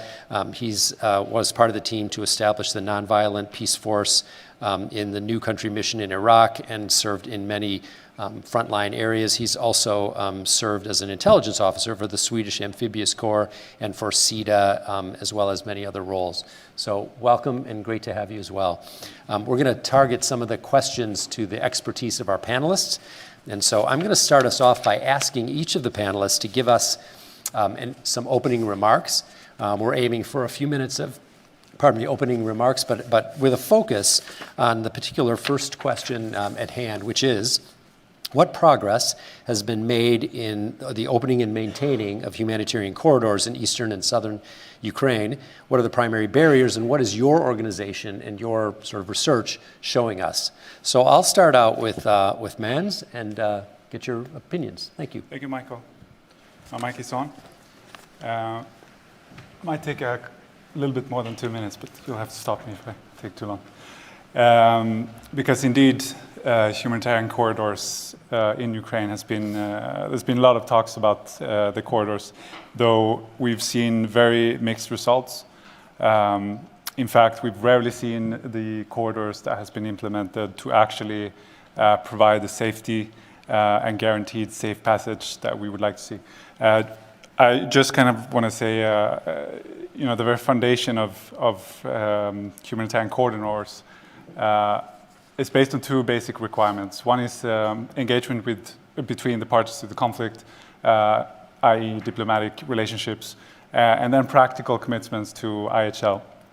Of course, you also need then some logistical arrangements, the timing of a ceasefire, this precise location of the safe passage, and so on. But at the end of the day, it comes down to trust and the fact that these arrangements then are respected. I think we all remember the early days of 24th Feb and the early days of March, when I think was the first time we started to see the images from the negotiations teams between Ukraine and Russia that was taking place in Belarus. And as a result of those talks, there was an agreement to start implementing humanitarian corridors from the major cities of Ukraine. That was contested at the time. They were executed with extreme difficulty. They were repeatedly shelled. There was one particular from Mariupol that was agreed upon that was turned out to be mined. I do want to be a little bit careful bringing too much examples because there are many. They're well documented. Most of them sort of invite you to question whether or not these attacks were deliberate and violations of IHL. Either way, we saw many of them, and there was particularly one that was damaging to us as international humanitarian actors as well, who were operating at the time a little bit further down the displacement corridors. And that was an incident in Kramatorsk in early May, when a cluster bomb, potentially 2 cluster bombs, hit a railway station where thousands of civilians were waiting for the evacuation trains, and 50 people killed. And so naturally, these incidents that happened very early on in conflict completely eroded the trust that would have to be the foundation for any future sort of possibilities of further corridors on other agreements on humanitarian access and so on. Of course, also that's to say that there was hundreds and thousands, potentially millions of people who were actually able to evacuate and get to a safe space as a result of these corridors. But this was really only made possible by the sort of relentless bravery of Ukrainian civil society actors, authorities, the police, state emergency services, military and territorial defense services as well, to basically, in a very desperate measure, trying to get people out of danger, as opposed to any well-coordinated and respected arrangement. I could be wrong, but my impression is that there were very few international actors involved in those evacuations and corridors at the time. A little bit later, in early April, we saw a very high-profile one, though, where ICRC and the United Nations had arranged for evacuations of about 400 civilians out of bunkers in the Azovstal steel plant in Mariupol, which was, unfortunately, as much as I would say it was probably a success of humanitarian diplomacy, and I believe it was a direct engagement between the Secretary General and President Putin, and then it trickled down from there. But unfortunately, it was a one-off, and it was not possible to replicate further on. Of course, we've also seen other types of movements of civilian populations, of supplies, other than through the mechanism of humanitarian corridors. As much as we equally see that kind of activities in the early outset of the crisis, as much as we still see it today. The main mechanism being the local responders that are still evacuating people from hotspots in Bakhmut and in Avdiivka and so on, at high risk for their own lives. We, as the international sort of humanitarian community, has also started to catch up a little bit and provide a bit more well-coordinated and effective programming closer to the front lines and provide that complementarity and working alongside with local actors. I think one of the main examples worth mentioning is the interagency convoys that the UNOCHA is coordinating to provide and enable large quantities of supplies to the most high-risk areas. Besides that, we've also had 3 crossing points throughout this past year plus along the front line. We had one that kind of evaporated up in Kharkiv after the counteroffensive in September. There was another one between Kherson and Kryvyi that also disappeared actually before the Russian withdrawal from Kherson region because of a number of security incidents, including, for instance, one civilian convoy that was leaving the Russia-controlled territories and that was shelled with a large number of casualties. There was another one on the 3rd crossing point in Zaporizhia where a missile struck a transit point, or sort of an assembly point where civilians were waiting to evacuate. And so these crossings eventually disappeared, and the last one done in Zaporizhia was closed since December. And these were important supply lines for the little humanitarian aid that was able to cross from Ukraine government-controlled areas into Russia-controlled territories in small quantities by local actors, those that were brave enough to venture across because they also did that at high risk for their own lives. There was very little, if any, international movements across those crossing points. It was simply just not possible. There has also not been any other cross-line, as in across the front line, movement of supplies or humanitarian personnel throughout the war. That's not to say that there has not been attempts. There's been plenty of attempts, including from and through the humanitarian notification system that the United Nations is utilizing to notify both parties to the conflict on their movements. And every time those particular notifications have been rejected by Russia to allow for movements across the front line. Mans, I'm going to ask you to give me your top points now, and so I can move around the other folks and then get to some of those when we get there. So thank you. All right, so I think my point was to say that we don't have access to all of the territory of Ukraine. Also, on a sort of field level, there is no scope for frontline negotiations. Anyone who spent a minute or two in a few kilometers within the front line knows that there is no dialogue and negotiations to happen on the front line. And so we do wait, we do expect, we do hope for high-level negotiations. We've called for those, as you mentioned, the declaration was called for a number of efforts to intensify diplomatic efforts, because if we were to hope for unimpeded access to all of Ukraine, the solution to that lies elsewhere than in the field. And thank you. And I want to get back to you after this. We go around about sort of the future of humanitarian corridors and what it might look like, or what it could look like. So thank you so much. I'll ask Katya, who's online with us, to give us some opening remarks as well, and again to sort of address the issues around progress for humanitarian access to corridors, particularly in your organization and what you've seen. So please take the floor. Sure, thank you so much. I just came back a few hours ago from field visits to several regions, including newly accessible areas in Kherson. And I'm speaking from a place where my job is to make the day-to-day to the programming happen. And so I think that Mans has given a really excellent overview of what is happening in the big picture in Ukraine. And I can give more specific examples from 3 days of direct observations, conversations with displaced people. So my remarks will be grounded in this experience more than what's discussed in the halls of power or at the very strategic level. In terms of has there been progress in opening corridors in eastern and southern Ukraine?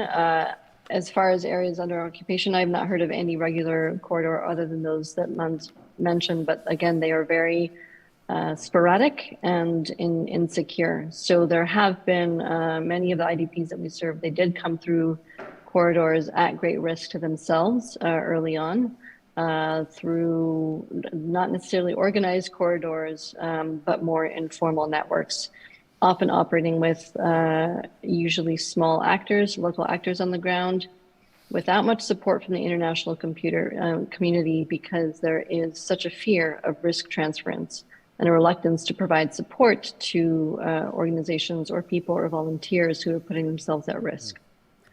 IDPs who still have family behind under occupation discuss potentially trying to visit people only through going through Russia, through the other end, either through Georgia or through Russia. However, most are too terrified to even consider visiting family members who are still there. The only way to operate in non-government controlled areas that I have seen, experienced, that some of our partners, our local partners are able to do is if you have a pre-existing presence. And those who do have a pre-existing presence in those areas can only do very limited programming. Non-food items, maybe a little bit of repairs, maybe some cash assistance, but programming has to be extremely limited because, and I hope to talk about this later, but because a lot of the programming in the humanitarian world in many ways is anathema to the kinds of values that we find in more authoritarian regimes. So the very programming that exists in the humanitarian space, either women and girls empowerment or mental health, is not something that would be welcomed by the Russian Federation. In terms of what we have been able to do, with our partners, we can do some very limited cash programming, but the barriers are significant to that, and the kinds of people you can reach are limited to those who had a pre-existing Ukrainian bank and can still use that bank card to access money. And that has to do with legalities coming from the Ukrainian government in terms of money being transferred into the Russian Federation.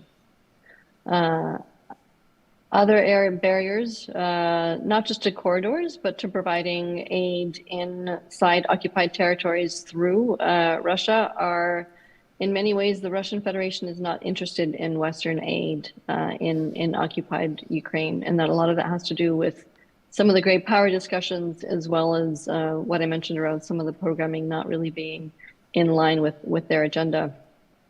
And another area is security. There is a huge fear among INGOs about reputational risk, liabilities in the realm of security. So even even for NGOs who do have access or pre-existing presence with authority to operate in occupied areas of Ukraine, they are most likely to work with people who are already on the ground there, and not necessarily to send anybody into those areas from other access points.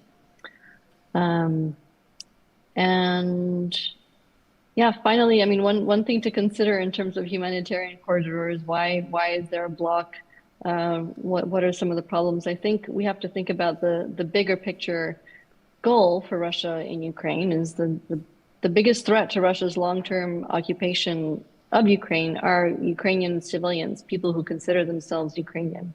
And so if one of Russia's goals, one of the government's goals is to eliminate that nationhood, those civilians, if we've seen civilians are directly targeted, it makes very little sense to have a corridor if you're trying to eliminate a nation. So that's, I think, the biggest barrier is really that the goals of the Russian Federation are not aligned with creating a corridor.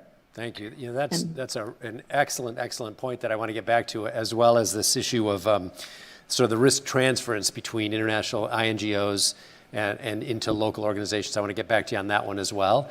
But thank you for your remarks. This is really helpful to have this local perspective and what you're seeing on the ground. So this is fantastic. And Johnny, so again, love to get your comments for starters and summarize kind of some of your areas. We'll come back to you with additional questions. But again, your sort of sense of what's going on and what the future of aid corridors look like and some of those barriers. Great, thank you. And you know, just like a lot of us in the room, I'll start off that this isn't an official view as a contractor at the Naval War College. It's very much my own views through my own research and in my own time. And so with that caveat out the way, I think it's good when we talk about humanitarian corridors. And from the perspective I'm going to bring from the Russia perspective. So a lot of my research looks at Russia policy, doctrine, actions in the humanitarian space. I've been researching this since 2018, first in Syria and then also in Ukraine as well. And I think it's good to step back and remind ourselves how Russia conceives of the notion humanitarian, because it's different. And I think this is quite a large barrier to that misalignment that Katya was talking about. You know, their policies don't talk about saving lives, alleviating suffering, doing principled aid. At most, they talk about alleviating poverty and addressing the consequences of disaster, whatever that means. And so, you know, when you start looking at that and delving down a bit more into the commentary by different military commentators, and that's important because the vast majority of aid provided by the Russian state is through the Ministry of Defense in Ukraine, in Syria, and in various places around the world. So, you know, what they say matters. And so while you start seeing the commentary, they talk about really that humanitarian aid is part of hybrid warfare. It's a tool that Russia can use to undermine its adversaries, you know, and it can also use this as a tool to advance its own national security objectives, foreign policy tools. And so when you start thinking about that and understanding that, when you look at humanitarian corridors, they're not used for saving lives, alleviating suffering. They're used as a political tool to further Russia's goals. And so if you start looking at humanitarian corridors, not just in Ukraine, but Syria before that, in the 10 years before that, you really see that Russia uses them as a tool when it's convenient for them. Think the siege of Aleppo, think when they were taking over eastern Ghouta, think when they were taking over southern Syria. They use these humanitarian corridors as tools to basically say to the opposition, you're losing, get out of there. And so I think that, it highlights the use of that tool by Russia in that hybrid warfare aspect. And then I think also in addition to that, when you see Russia's humanitarian ecosystem, which I've looked at, there's a lack of centralization. And so, in Syria, for example, aid was largely delivered by military police forces. In Nagorno-Karabakh, it was a motorized division. In Ukraine, it's several different military units from around Russia. And so if you're trying to negotiate kind of access and humanitarian corridors, you're having to start from scratch in each of those contexts over time. And so with all that in mind, unfortunately, I'm quite cynical about Russia's are they wanting to maintain these humanitarian corridors? And I think for me, the answer is as long as it's in their interest and they get some objective out of it. And then just to finish, and I'm sure we'll explore this more, a lot of my research focuses on Russian aid deliveries by the Russian humanitarian ecosystem that I've been tracking in Ukraine and also other places. And so there's about 17 non-state Russian NGOs that often have quite a strong state alignment or masked state alignment that have delivered aid in the last year to Ukraine, in addition to 7 kind of state entities as well. And they've delivered over 4,000 times to over 300 communities. So this is quite a notable ecosystem that often is isolated from the wider response. But I'll stop there, and I'm happy to kind of delve down into anything I've said in more detail. Thank you. Thank you. Thank you for all of your remarks so far. And actually, I'll just, because we're talking about this particular issue, it seemed interesting to me that because Russian motives around creating corridors for humanitarian access of their own are linked to motives, I imagine that would also, their perception of humanitarian corridors from the West would be the same, right? In other words, could you comment on sort of the hesitation that Russian forces would give any access in order to advance, as Katya said, the idea that, it reinforces the West's participation? Yeah, absolutely. And certainly I think the distrust that, Western aid agencies are intelligence agents hiding in plain sight, that they're trying to collect information, they're spreading ideas that undermine Russia's strength in the areas it's occupying, and things like that. And so, I think those kind of aspects really highlight, the fragility of Russia's view towards humanitarian aid, because they're very much threatened by it. And so this is also a challenge to overcome with Russia's fear over engaging with the wider community. And you've seen that in Syria as well, and other places. So really interesting. And Katya, back to you on the issue. You had mentioned this. That the largely local response to any sort of access. In other words, the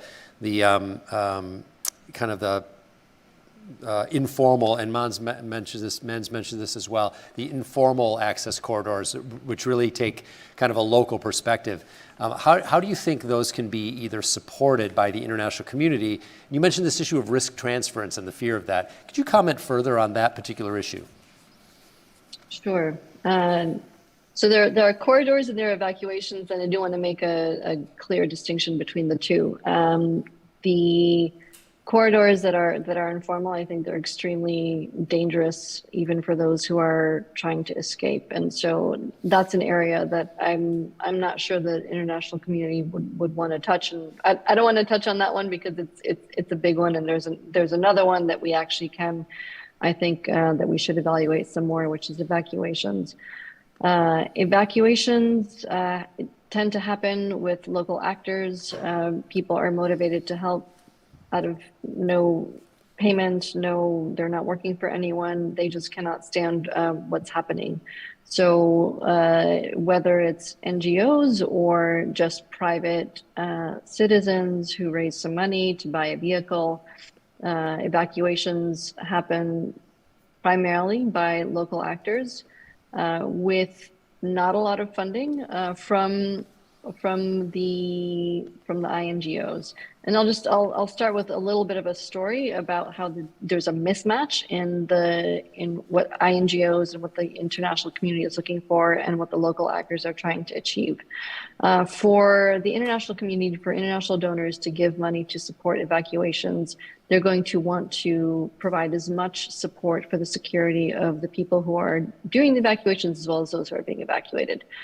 This means personal protective equipment. This means fortified vehicles, things that can withstand mines or attacks, etc.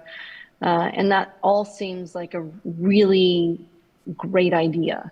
And yet some of the best intentions sometimes don't have the results that we're looking for. So for instance, one local NGO did get some support from international donors, and they put all these measures in place. And when they completed their work, they said, please don't ever give us any of those armored cars again. They're too slow. We cannot run away with a vehicle that's so slow. It's too heavy to be fast. So there's a real fear of providing support to local actors without also requiring a very strong security apparatus around it. And that, I think that goes back to what I would consider, from my understanding of the history with humanitarian actors, is that 30 years ago, there was no security. 20 years ago, maybe a little bit, but not that much. And eventually this became something that was a problem for the humanitarian community. And there may have been, in some ways, a strong reaction that humanitarian actors are still dealing with in terms of actually being able to get access to areas. Many INGOs will not even allow their personnel outside of, for instance, the city of Dnipro, because their insurance does not allow them to leave. This creates a real barrier to people doing their work, either by supporting local actors with funding, or by the international community being able to access those areas themselves to see what needs to be done. Thank you. Yeah, super interesting. And you brought up a point and the distinction between negotiated access for humanitarian aid delivery and then negotiations around evacuations and allowing evacuations too. And Mens, I wondered if you would comment on, given the NGO working group to look at access and to call for access, both the support of refugees, et cetera, but also in humanitarian corridors. Could you talk about that distinction and the sort of prospects of negotiation around access for aid corridors versus evacuation?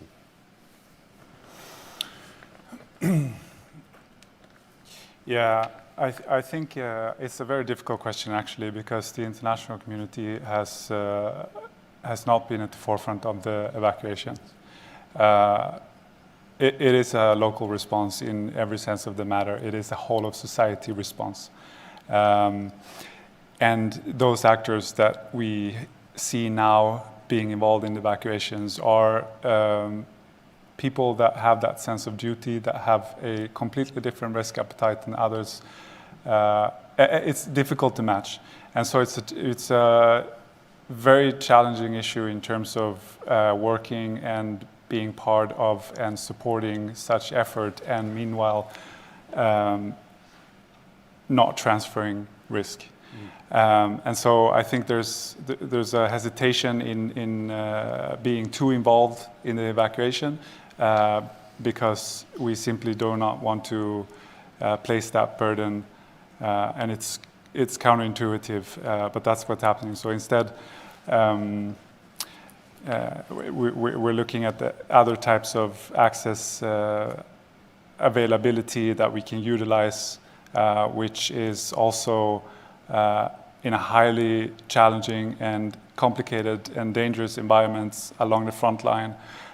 We typically kind of look at a spectrum of 40 to 10 plus kilometers from the front line when things are starting to get a little bit more difficult, because you have these different types of long-range weapon systems that you have to navigate and have to take into account. And the closer to the front lines you are, the more high intensity naturally it is. And these particular evacuations, they happen oftentimes in the middle of a hotspot. There is actual fighting going on around you, because we're talking about civilians who, have they not already left now a year plus into the conflict? They're really only choosing to leave once the artillery is starting to hit their own building, basically. And so to take that leap and be part of that effort to get people out, it's a difficult task, and it's not something like that the sort of traditional humanitarian sector is used to. That's a really interesting point, and I'd like to explore that a little further. And Katja, maybe you can comment too. The issue of localization. I mean, you work, and you're working on the ground and looking at organizations and empowering organizations that do very local activities, right? Outreach to women and to girls and to local empowerment. Given the risk that we talked about, what is the role of the international community? I mean, there's been significant criticism that the dollars and the resources that have been placed in this Ukraine response have not gotten to field organizations that are Ukrainian organizations that are doing the work. How should we do it? And how can we do it a little bit better? And then I'll turn to you gentlemen as well to ask you that. A lot easier to talk about the problems than define the solutions.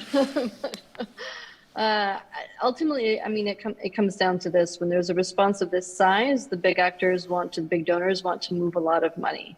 So they move them through a big consortium. The big consortium moves it through INGOs, and then the INGOs look for local partners. But they also have a lot of money to move. So they're looking for the most equipped local partners, the largest ones.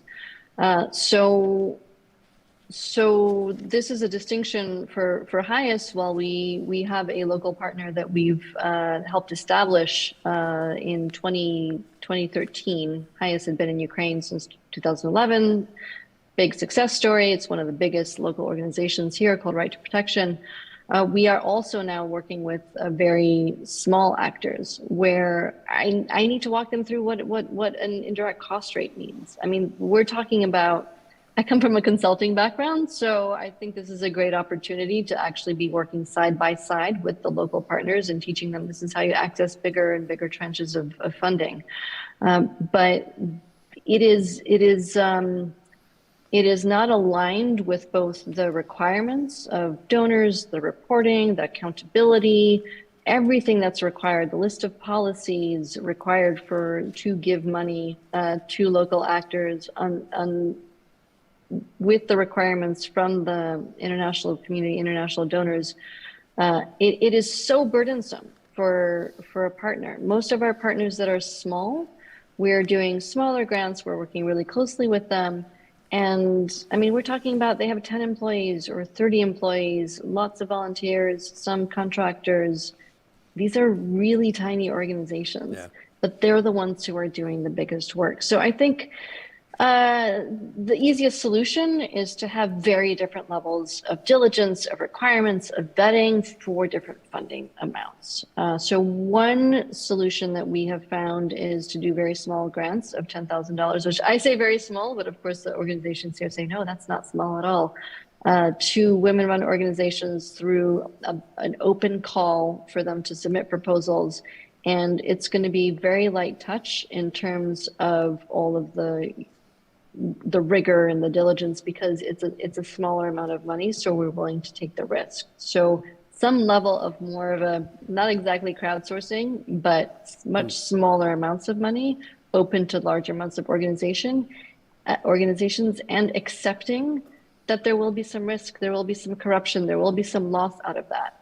But when you look at the amount of money that goes to the overhead for INGOs, and at some point you have to ask, where is your appetite for accepting inefficiency, for accepting bureaucracy, accepting corruption, or not knowing where the money went. It's a very difficult question to really consider, because I think when we are reluctant to give smaller organizations money because they can't do all the accountability and all the reporting and all the financial everything tied up perfectly as it's supposed to be, what we're doing instead is channeling that money to higher paid individuals, expats, to be doing that work at a really big scale with INGOs, and just a tiny bit of money trickling down to the smaller organizations. So I'll stop right there. I could write it better and more clearly. No, it's a great point. It's the age-old question in localization, right? I mean, we talk about the emphasis that we need to empower local organizations and make sure that they have capabilities, move money directly to them. But we're also, it is always the issue of how do you contemplate corruption, and how do you contemplate accountability, and also, judge that based on or compared to really, supporting the big international agencies, right? So I think that's a challenge in, virtually every relief setting that we have today. Johnny, I want to get back to you about the issue of given this localization agenda that we're talking about, and given the importance of really local work that's being done on the ground in the Ukraine side, how does that get through, or does it ever get through to the Russian side? And is there some sort of a civil society response there in areas that we don't get to see?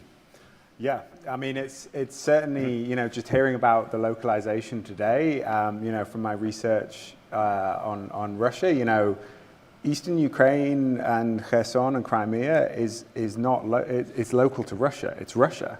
So, with Russian entities from, Moscow and other places going to Kherson and Donetsk and other places, they view it as they're going to Russia. Sure. And so the factor of localization doesn't factor in. Obviously I don't think it's Russia, it's sovereign, it's Ukraine, and this is very much my own opinions, but it's, I think kind of that factor doesn't play in Russia. And then when you start looking at the NGO community, as it were, there's about 17 NGOs that Russia has established, often with very close state links. The vast majority of them deliver aid through 50 or so humanitarian aid centers that have been set up by the United Russia Party, which is obviously Putin supporting kind of party. Yep. And so it really tightens that state control over aid delivery in eastern Ukraine and other places, in occupied parts of Ukraine.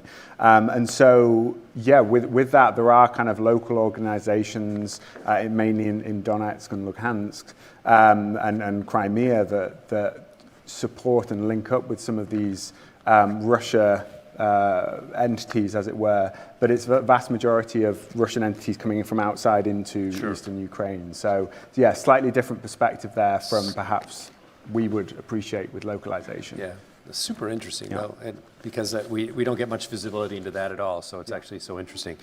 Mans, I want to ask you kind of to get back to one of our original points, and that is the future of access and the future of aid corridors for the provision of aid in areas that we need to get that are contested. What can be done? I'm sure that's a big question, sorry. But in other words, we talked about like the NGO consortium calling for greater access. We have civilian organizations that cry for better access. From the diplomatic front, how does that impact the diplomatic front, and how will it ever change the sort of permissiveness of humanitarian access in those areas? Maybe you can comment on that. And then what I will do is turn this over to the audience so you can all get ready for your questions in a second. But maybe you can sort of tell us a little bit about your thoughts of the future. Yeah, I'm an operational person. I'm a humanitarian, and there are obvious geopolitical ramifications for all of this. But from my perspective in the field, I think that we've done a substantial job to catch up with the local responders in Ukraine. I say we, as the whole sort of international community in Ukraine, to various degrees, are responding along the front lines, we are responding in the most sort of access constraints environments, which happens to be, in the case of Ukraine, very much related to security, or at least in the Ukraine government-controlled parts. So, as I said, this sort of 50, 40 kilometer, 10 plus to the front line is a completely new space for any of us to operate within. It's not so much about the proximity exactly from the front line, because the front line is very fluid and it's very dynamic and it keeps changing, and it depends on also the mood of the day and the particular location. But to operate on a front line like that is extremely complicated, and it has taken a little time for the international response to get off the ground, but I think we're doing an increasingly important job working alongside our local partners, basically. In the case of NRC, and every organization has a different approach, we're very adamant of by principle, not doing risk transfer. We do want to work in the same locations as our partners. We do want to work alongside with our partners. We want to be engaged, involved, and address solutions as they occur in the environment in which these kind of things unfold. So just kind of going back to perhaps responsible partnership and what that means for different organizations and risk transfer and so on. I think that there's more to be done, but there's a important recognition that it's more than providing PPEs, it's more than providing fuel for vehicles and so on. So I think that's the space we're exploring, which effectively kind of opens up the access in sort of that dynamic, at least. And it's not just about access, not just about security and risk transfer. It's also about how we operate alongside each other from a sort of principled point of view, having a very different foundation, sort of principled foundation. We as NRC, we as the most international humanitarian actors, we abide to a certain set of principles that our local counterparts explicitly reject. And we have to reconcile that somehow. We do not approach that as sort of, all you need is a training on humanitarian principles and that will fix the problem. No, it's not happening. We have to live with the fact that these are two sort of opposing world realities that has to reconcile, and the best way we could do that is to build a kind of close, intimate relationships with one another and enable that kind of deep understanding, and from that point be able to sort of draw certain red lines or agree on certain acceptable parameters and so on. And I think that's kind of part of the access enabling work, not in terms of physical space, but in terms of enabling principled action that inevitably, hopefully, will lead to more access in the long run. And I want to ask self-interested question, actually, because HHI and NRC and several of our colleagues have really invested a lot in training in negotiated access, in other words, humanitarian negotiation, and because there's sort of national and subnational negotiation, but a lot of access is on the ground right there. Do you find that training and the ability to actually educate people who are on the front lines negotiating day-to-day access points to be useful? No. Interesting. I'll tell you why. And it's not that it's a blanket no. It's, in fact, what we've done with NRC is to contextualize those humanitarian negotiations trainings that has been referred to by Jan and elsewhere in the room. In fact, we had an exchange, a workshop that we banner as a learning exchange for frontline local responders. We had one last week, and it's a sort of a series of events that we hope to continue having, where we basically just facilitate a space and exchange amongst local frontline responders specifically, to touch on some of these issues, to talk about risk, to talk about how we manage those, to talk about how principles and the differences and how we operationalize that in an acceptable manner. And most importantly, the sort of exchange that happens amongst themselves, because there are I don't even dare to say a number, but there are many, many, many that type of small organizations that work along this very, very long front line. And so they will have very different experiences and have lots to learn from each other as well. And Katja, do you find that as well? You're working with really local organizations in a variety of areas that are going to touch the front lines and require, like individuals who understand how to gain access of the day, right? In other words, to move programs into position. Do you find that the organizations that you're working with are sort of savvy about gaining access, or is that even a relevant question? I have very strong opinions about this, and I will say that these are my own. These are not my organization's opinions. In this context, I'm only speaking about this context, often you are working with organizations who either already have a local on the ground from the context that we're talking about, or are going to hire a team of people who have been living in that area, in that village, in that city, who may not be savvy about in the way that we want them to be savvy about all the risks. And specifically, we're talking about risks of whether it's shelling or mines or unexploded ordnances. These are the biggest risks to access in the newly accessible areas. So to me, when you are hiring a local team that has actually been living, for instance, in Kharkiv the entire time, to stop programming before creating a training opportunity for them because of the fear of risk and risk transference, to me, that doesn't make sense. However, it's great to start providing that training to increase their savvy. They're very grateful for it. 100%. There's openness. Everybody wants, the Ukrainians love training. So you put them in a room for training, they're going to be pretty excited about it. So absolutely, I fully support increasing the level of savvy.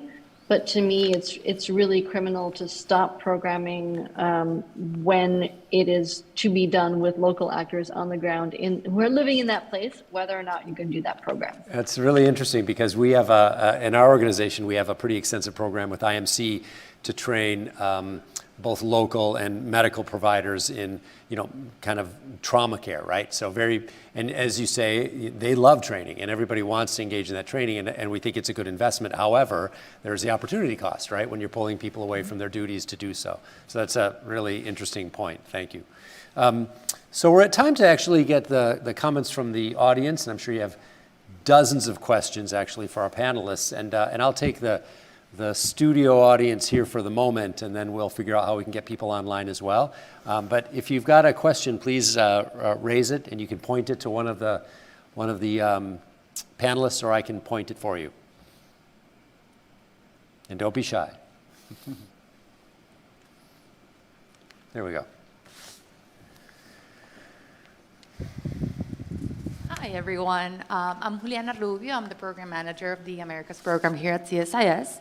And my question is about the aid that Ukraine is receiving. How can we still justify that Ukraine is getting a lot of this aid while a lot of other countries have gone through, as we've mentioned, all of these issues throughout their history. So, how can we continue the support while also not leaving behind all of those others that need assistance?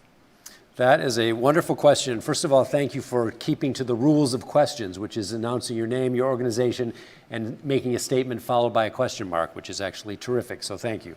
And to that, I'll start actually by saying I would 100% agree that we have the moral imperative to really look at the Ukrainian response in the global context, because indeed we have suffering in an epic proportion around the Sahel and drought-affected areas throughout Central and North Africa and all around the world. And so we have really major responses that we have to fund. And so how can we justify this? The answer was probably the only way we can justify this is making sure that we fund other efforts with the vigor and the responsiveness that they need as well. But that's naive. And so, maybe we can get commentary. Mans, you want to take a little stab at that, and maybe Katja as well.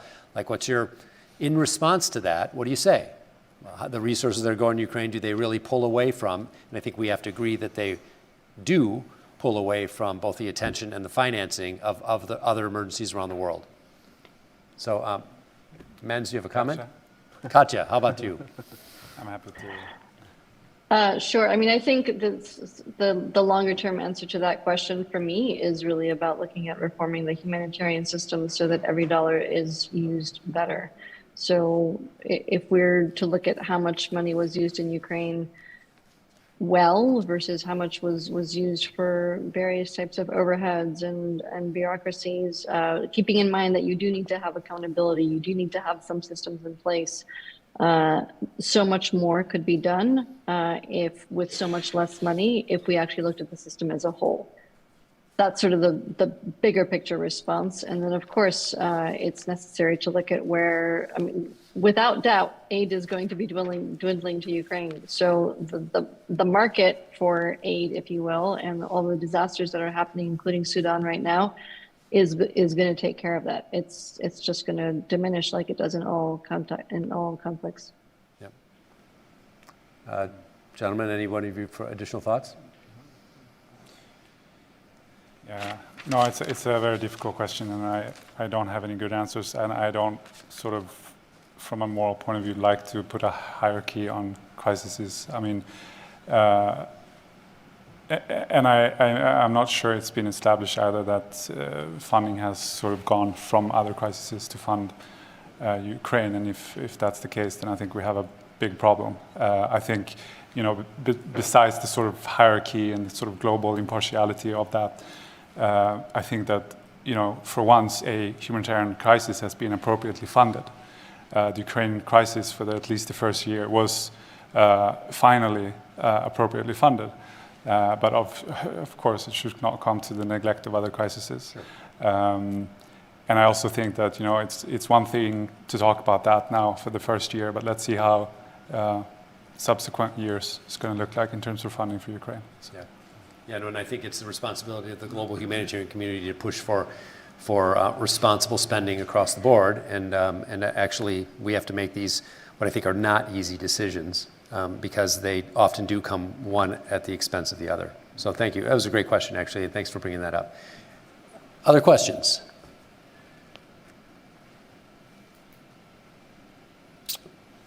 Yeah, thank you. Right back there.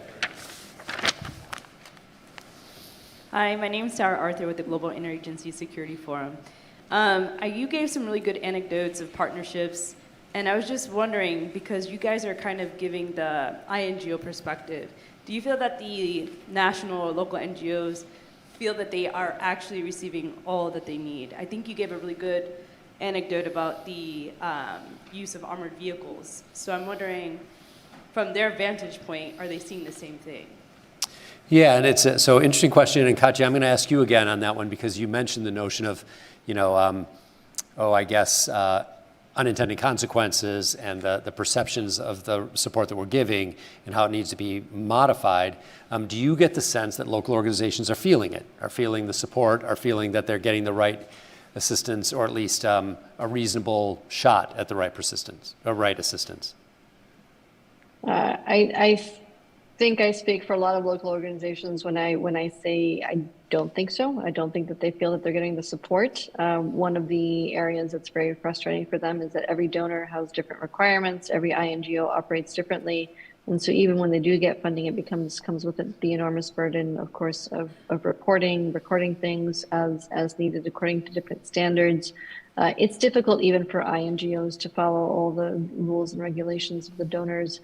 And I was at a localization conference with local NGOs a couple of weeks ago, and one of the points was, why can't y'all just have one type of system? Because if you did, then we'd learn it, and that's fine. But each time we partner with another organization, it becomes a whole nother learning effort. And I would question the value of that kind of capacity building. I think capacity building in terms of the big picture of accountability, capacity building in terms of sphere standards or other types of standards in terms of delivery of aid, that's fantastic. But capacity building about this is how this donor and this funder wants this kind of thing reported is to me a waste of time. But local organizations, it depends on which ones, the ones who have charismatic CEOs or directors, they get a lot of funding, they make things happen, but the smaller organizations tend to be left out, again, partly because they're not able to absorb as much cash as the INGOs want them to. Thank you. Speaking of charismatic CEOs, former CEO of Concern is here, Dominic McSorley. And Dominic has worked with our organization, several others, to put forth the Building a Better Response program, which has really been intended to try to get local organizations kind of to understand the nomenclature of the humanitarian enterprise, which is actually really complicated and really difficult. And so, to your point, I think it's especially real time and in acute emergency, it's really hard to navigate those systems. And it makes great sense that this is a big challenge. Great. Yes, there's a question back there. And I'm encouraging you, please ask questions. These are actually really good ones. Thank you. Hi, my name is Kwesi Sonkulot. I'm from the World Food Programme. I've got a question, I guess, to the panel, but anyone can jump in. I think we're seeing, not only in Ukraine, but across a number of other conflict countries, a trend of conflict parties, but largely states, using humanitarian assistance either for political goals or denying humanitarian assistance outright. We're also seeing a trend of the vilification of humanitarian actors. So I'm wondering, are there any lessons learned or emerging lessons learned from Ukraine in terms of combating either of these two? Either of the use of aid as a weapon of war or on the vilification of humanitarian actors that would be useful for other states. I'm thinking about your Myanmars, your Ethiopias, your Sudans, other places where states are engaged in similar types of counterinsurgencies. So like a tiny question then. Yeah, thank you. It's a terrific question, and it'll bring us probably to the end to talk about this because it's actually really important, the idea of the changing nature of aid and the co-op, aid being co-opted for political purposes and really controlled in a lot of areas as well. And Johnny, I'll have you take a stab at it because I think that you'll have a really interesting perspective on the military side and what you've seen, and especially your comparative analysis in Syria, Yemen, and other places that have been really have controlled aid in a way that has made it quite politicized. Do you want to take a stab? Yeah, no big question. I think from my own research and perspective, when you see states like Russia use aid as a political tool to achieve objectives, it doesn't mind undermining principles and other norms that is seen in the humanitarian aid. It's very hard to go against that. My view is that since Chechnya in the 2000s, Russia has developed this over 20 years and has largely been left alone to a certain extent to do what it wants in this space. And I worry that because it's used to being isolated from the international community, its aid system is self-supported primarily by the Ministry of Defense. And actually, when you look at the NGO community as a whole in Russia, it's really exploded in the last kind of 10 years or so. I mean, if you look in 2011, there were 0 registered charity shops in Russia, 0. Now, when you think of and you look at Russia and their response to Ukraine, there's lots of church groups, there's charity shops, there's local mayors, all providing aid to the occupied areas of Ukraine. And that's challenging because I think that from the powers that be, the decision makers from the Russian side, they're succeeding. This strategy is working. They're getting bigger. They're able to kind of go into more different contexts in Syria, in Ukraine, in Libya, and in other places, and survive and thrive in these environments. So I think until Russia sees kind of some kind of consequence for that, they're going to keep thinking they're doing a great job from their own perspective. So I'm afraid it's not a positive kind of lessons learned, unfortunately, but I think that's, it's good to recognize the problem as a start. Well, and the co-opting of aid is age old, right? Yeah. It's from Biafra on, right? And so the use of aid as a diplomatic tool or as a tool of public opinion, or as withholding aid to controlled areas. I mean, it happens all around the world and in many contexts that we have it, that we have constrained access and armed actors. Mans, do you want to take another stab at just sort of what you see in the idea of use of aid as a tool for, controlling communities? It's a huge question. Yeah, I think, again, from the perspective of my fieldwork, I probably wouldn't exceptionalize Ukraine. I think there's no difference what's playing out there than any of the other contexts that we've really, and perhaps even less so. NGOs have years of experience and exposure of highly politicized conflicts, and we understand the need to reach people where they are in an impartial way. I think there are nuances in how this plays out in the context of Ukraine. Again, sort of at the field, we do have to reconcile with the fact that we're working with and alongside actors who are explicitly political, basically. And that kind of manifests in different operational dilemmas that we have to navigate. And I think also, there are other people who can speak better on how these more strategic dilemmas plays out. And when things like humanitarian aid is announced alongside military aid from one country to Ukraine, then we have a problem, obviously. But I think it hasn't perhaps yet sort of manifested or crystallized quite yet in terms of the impact of that.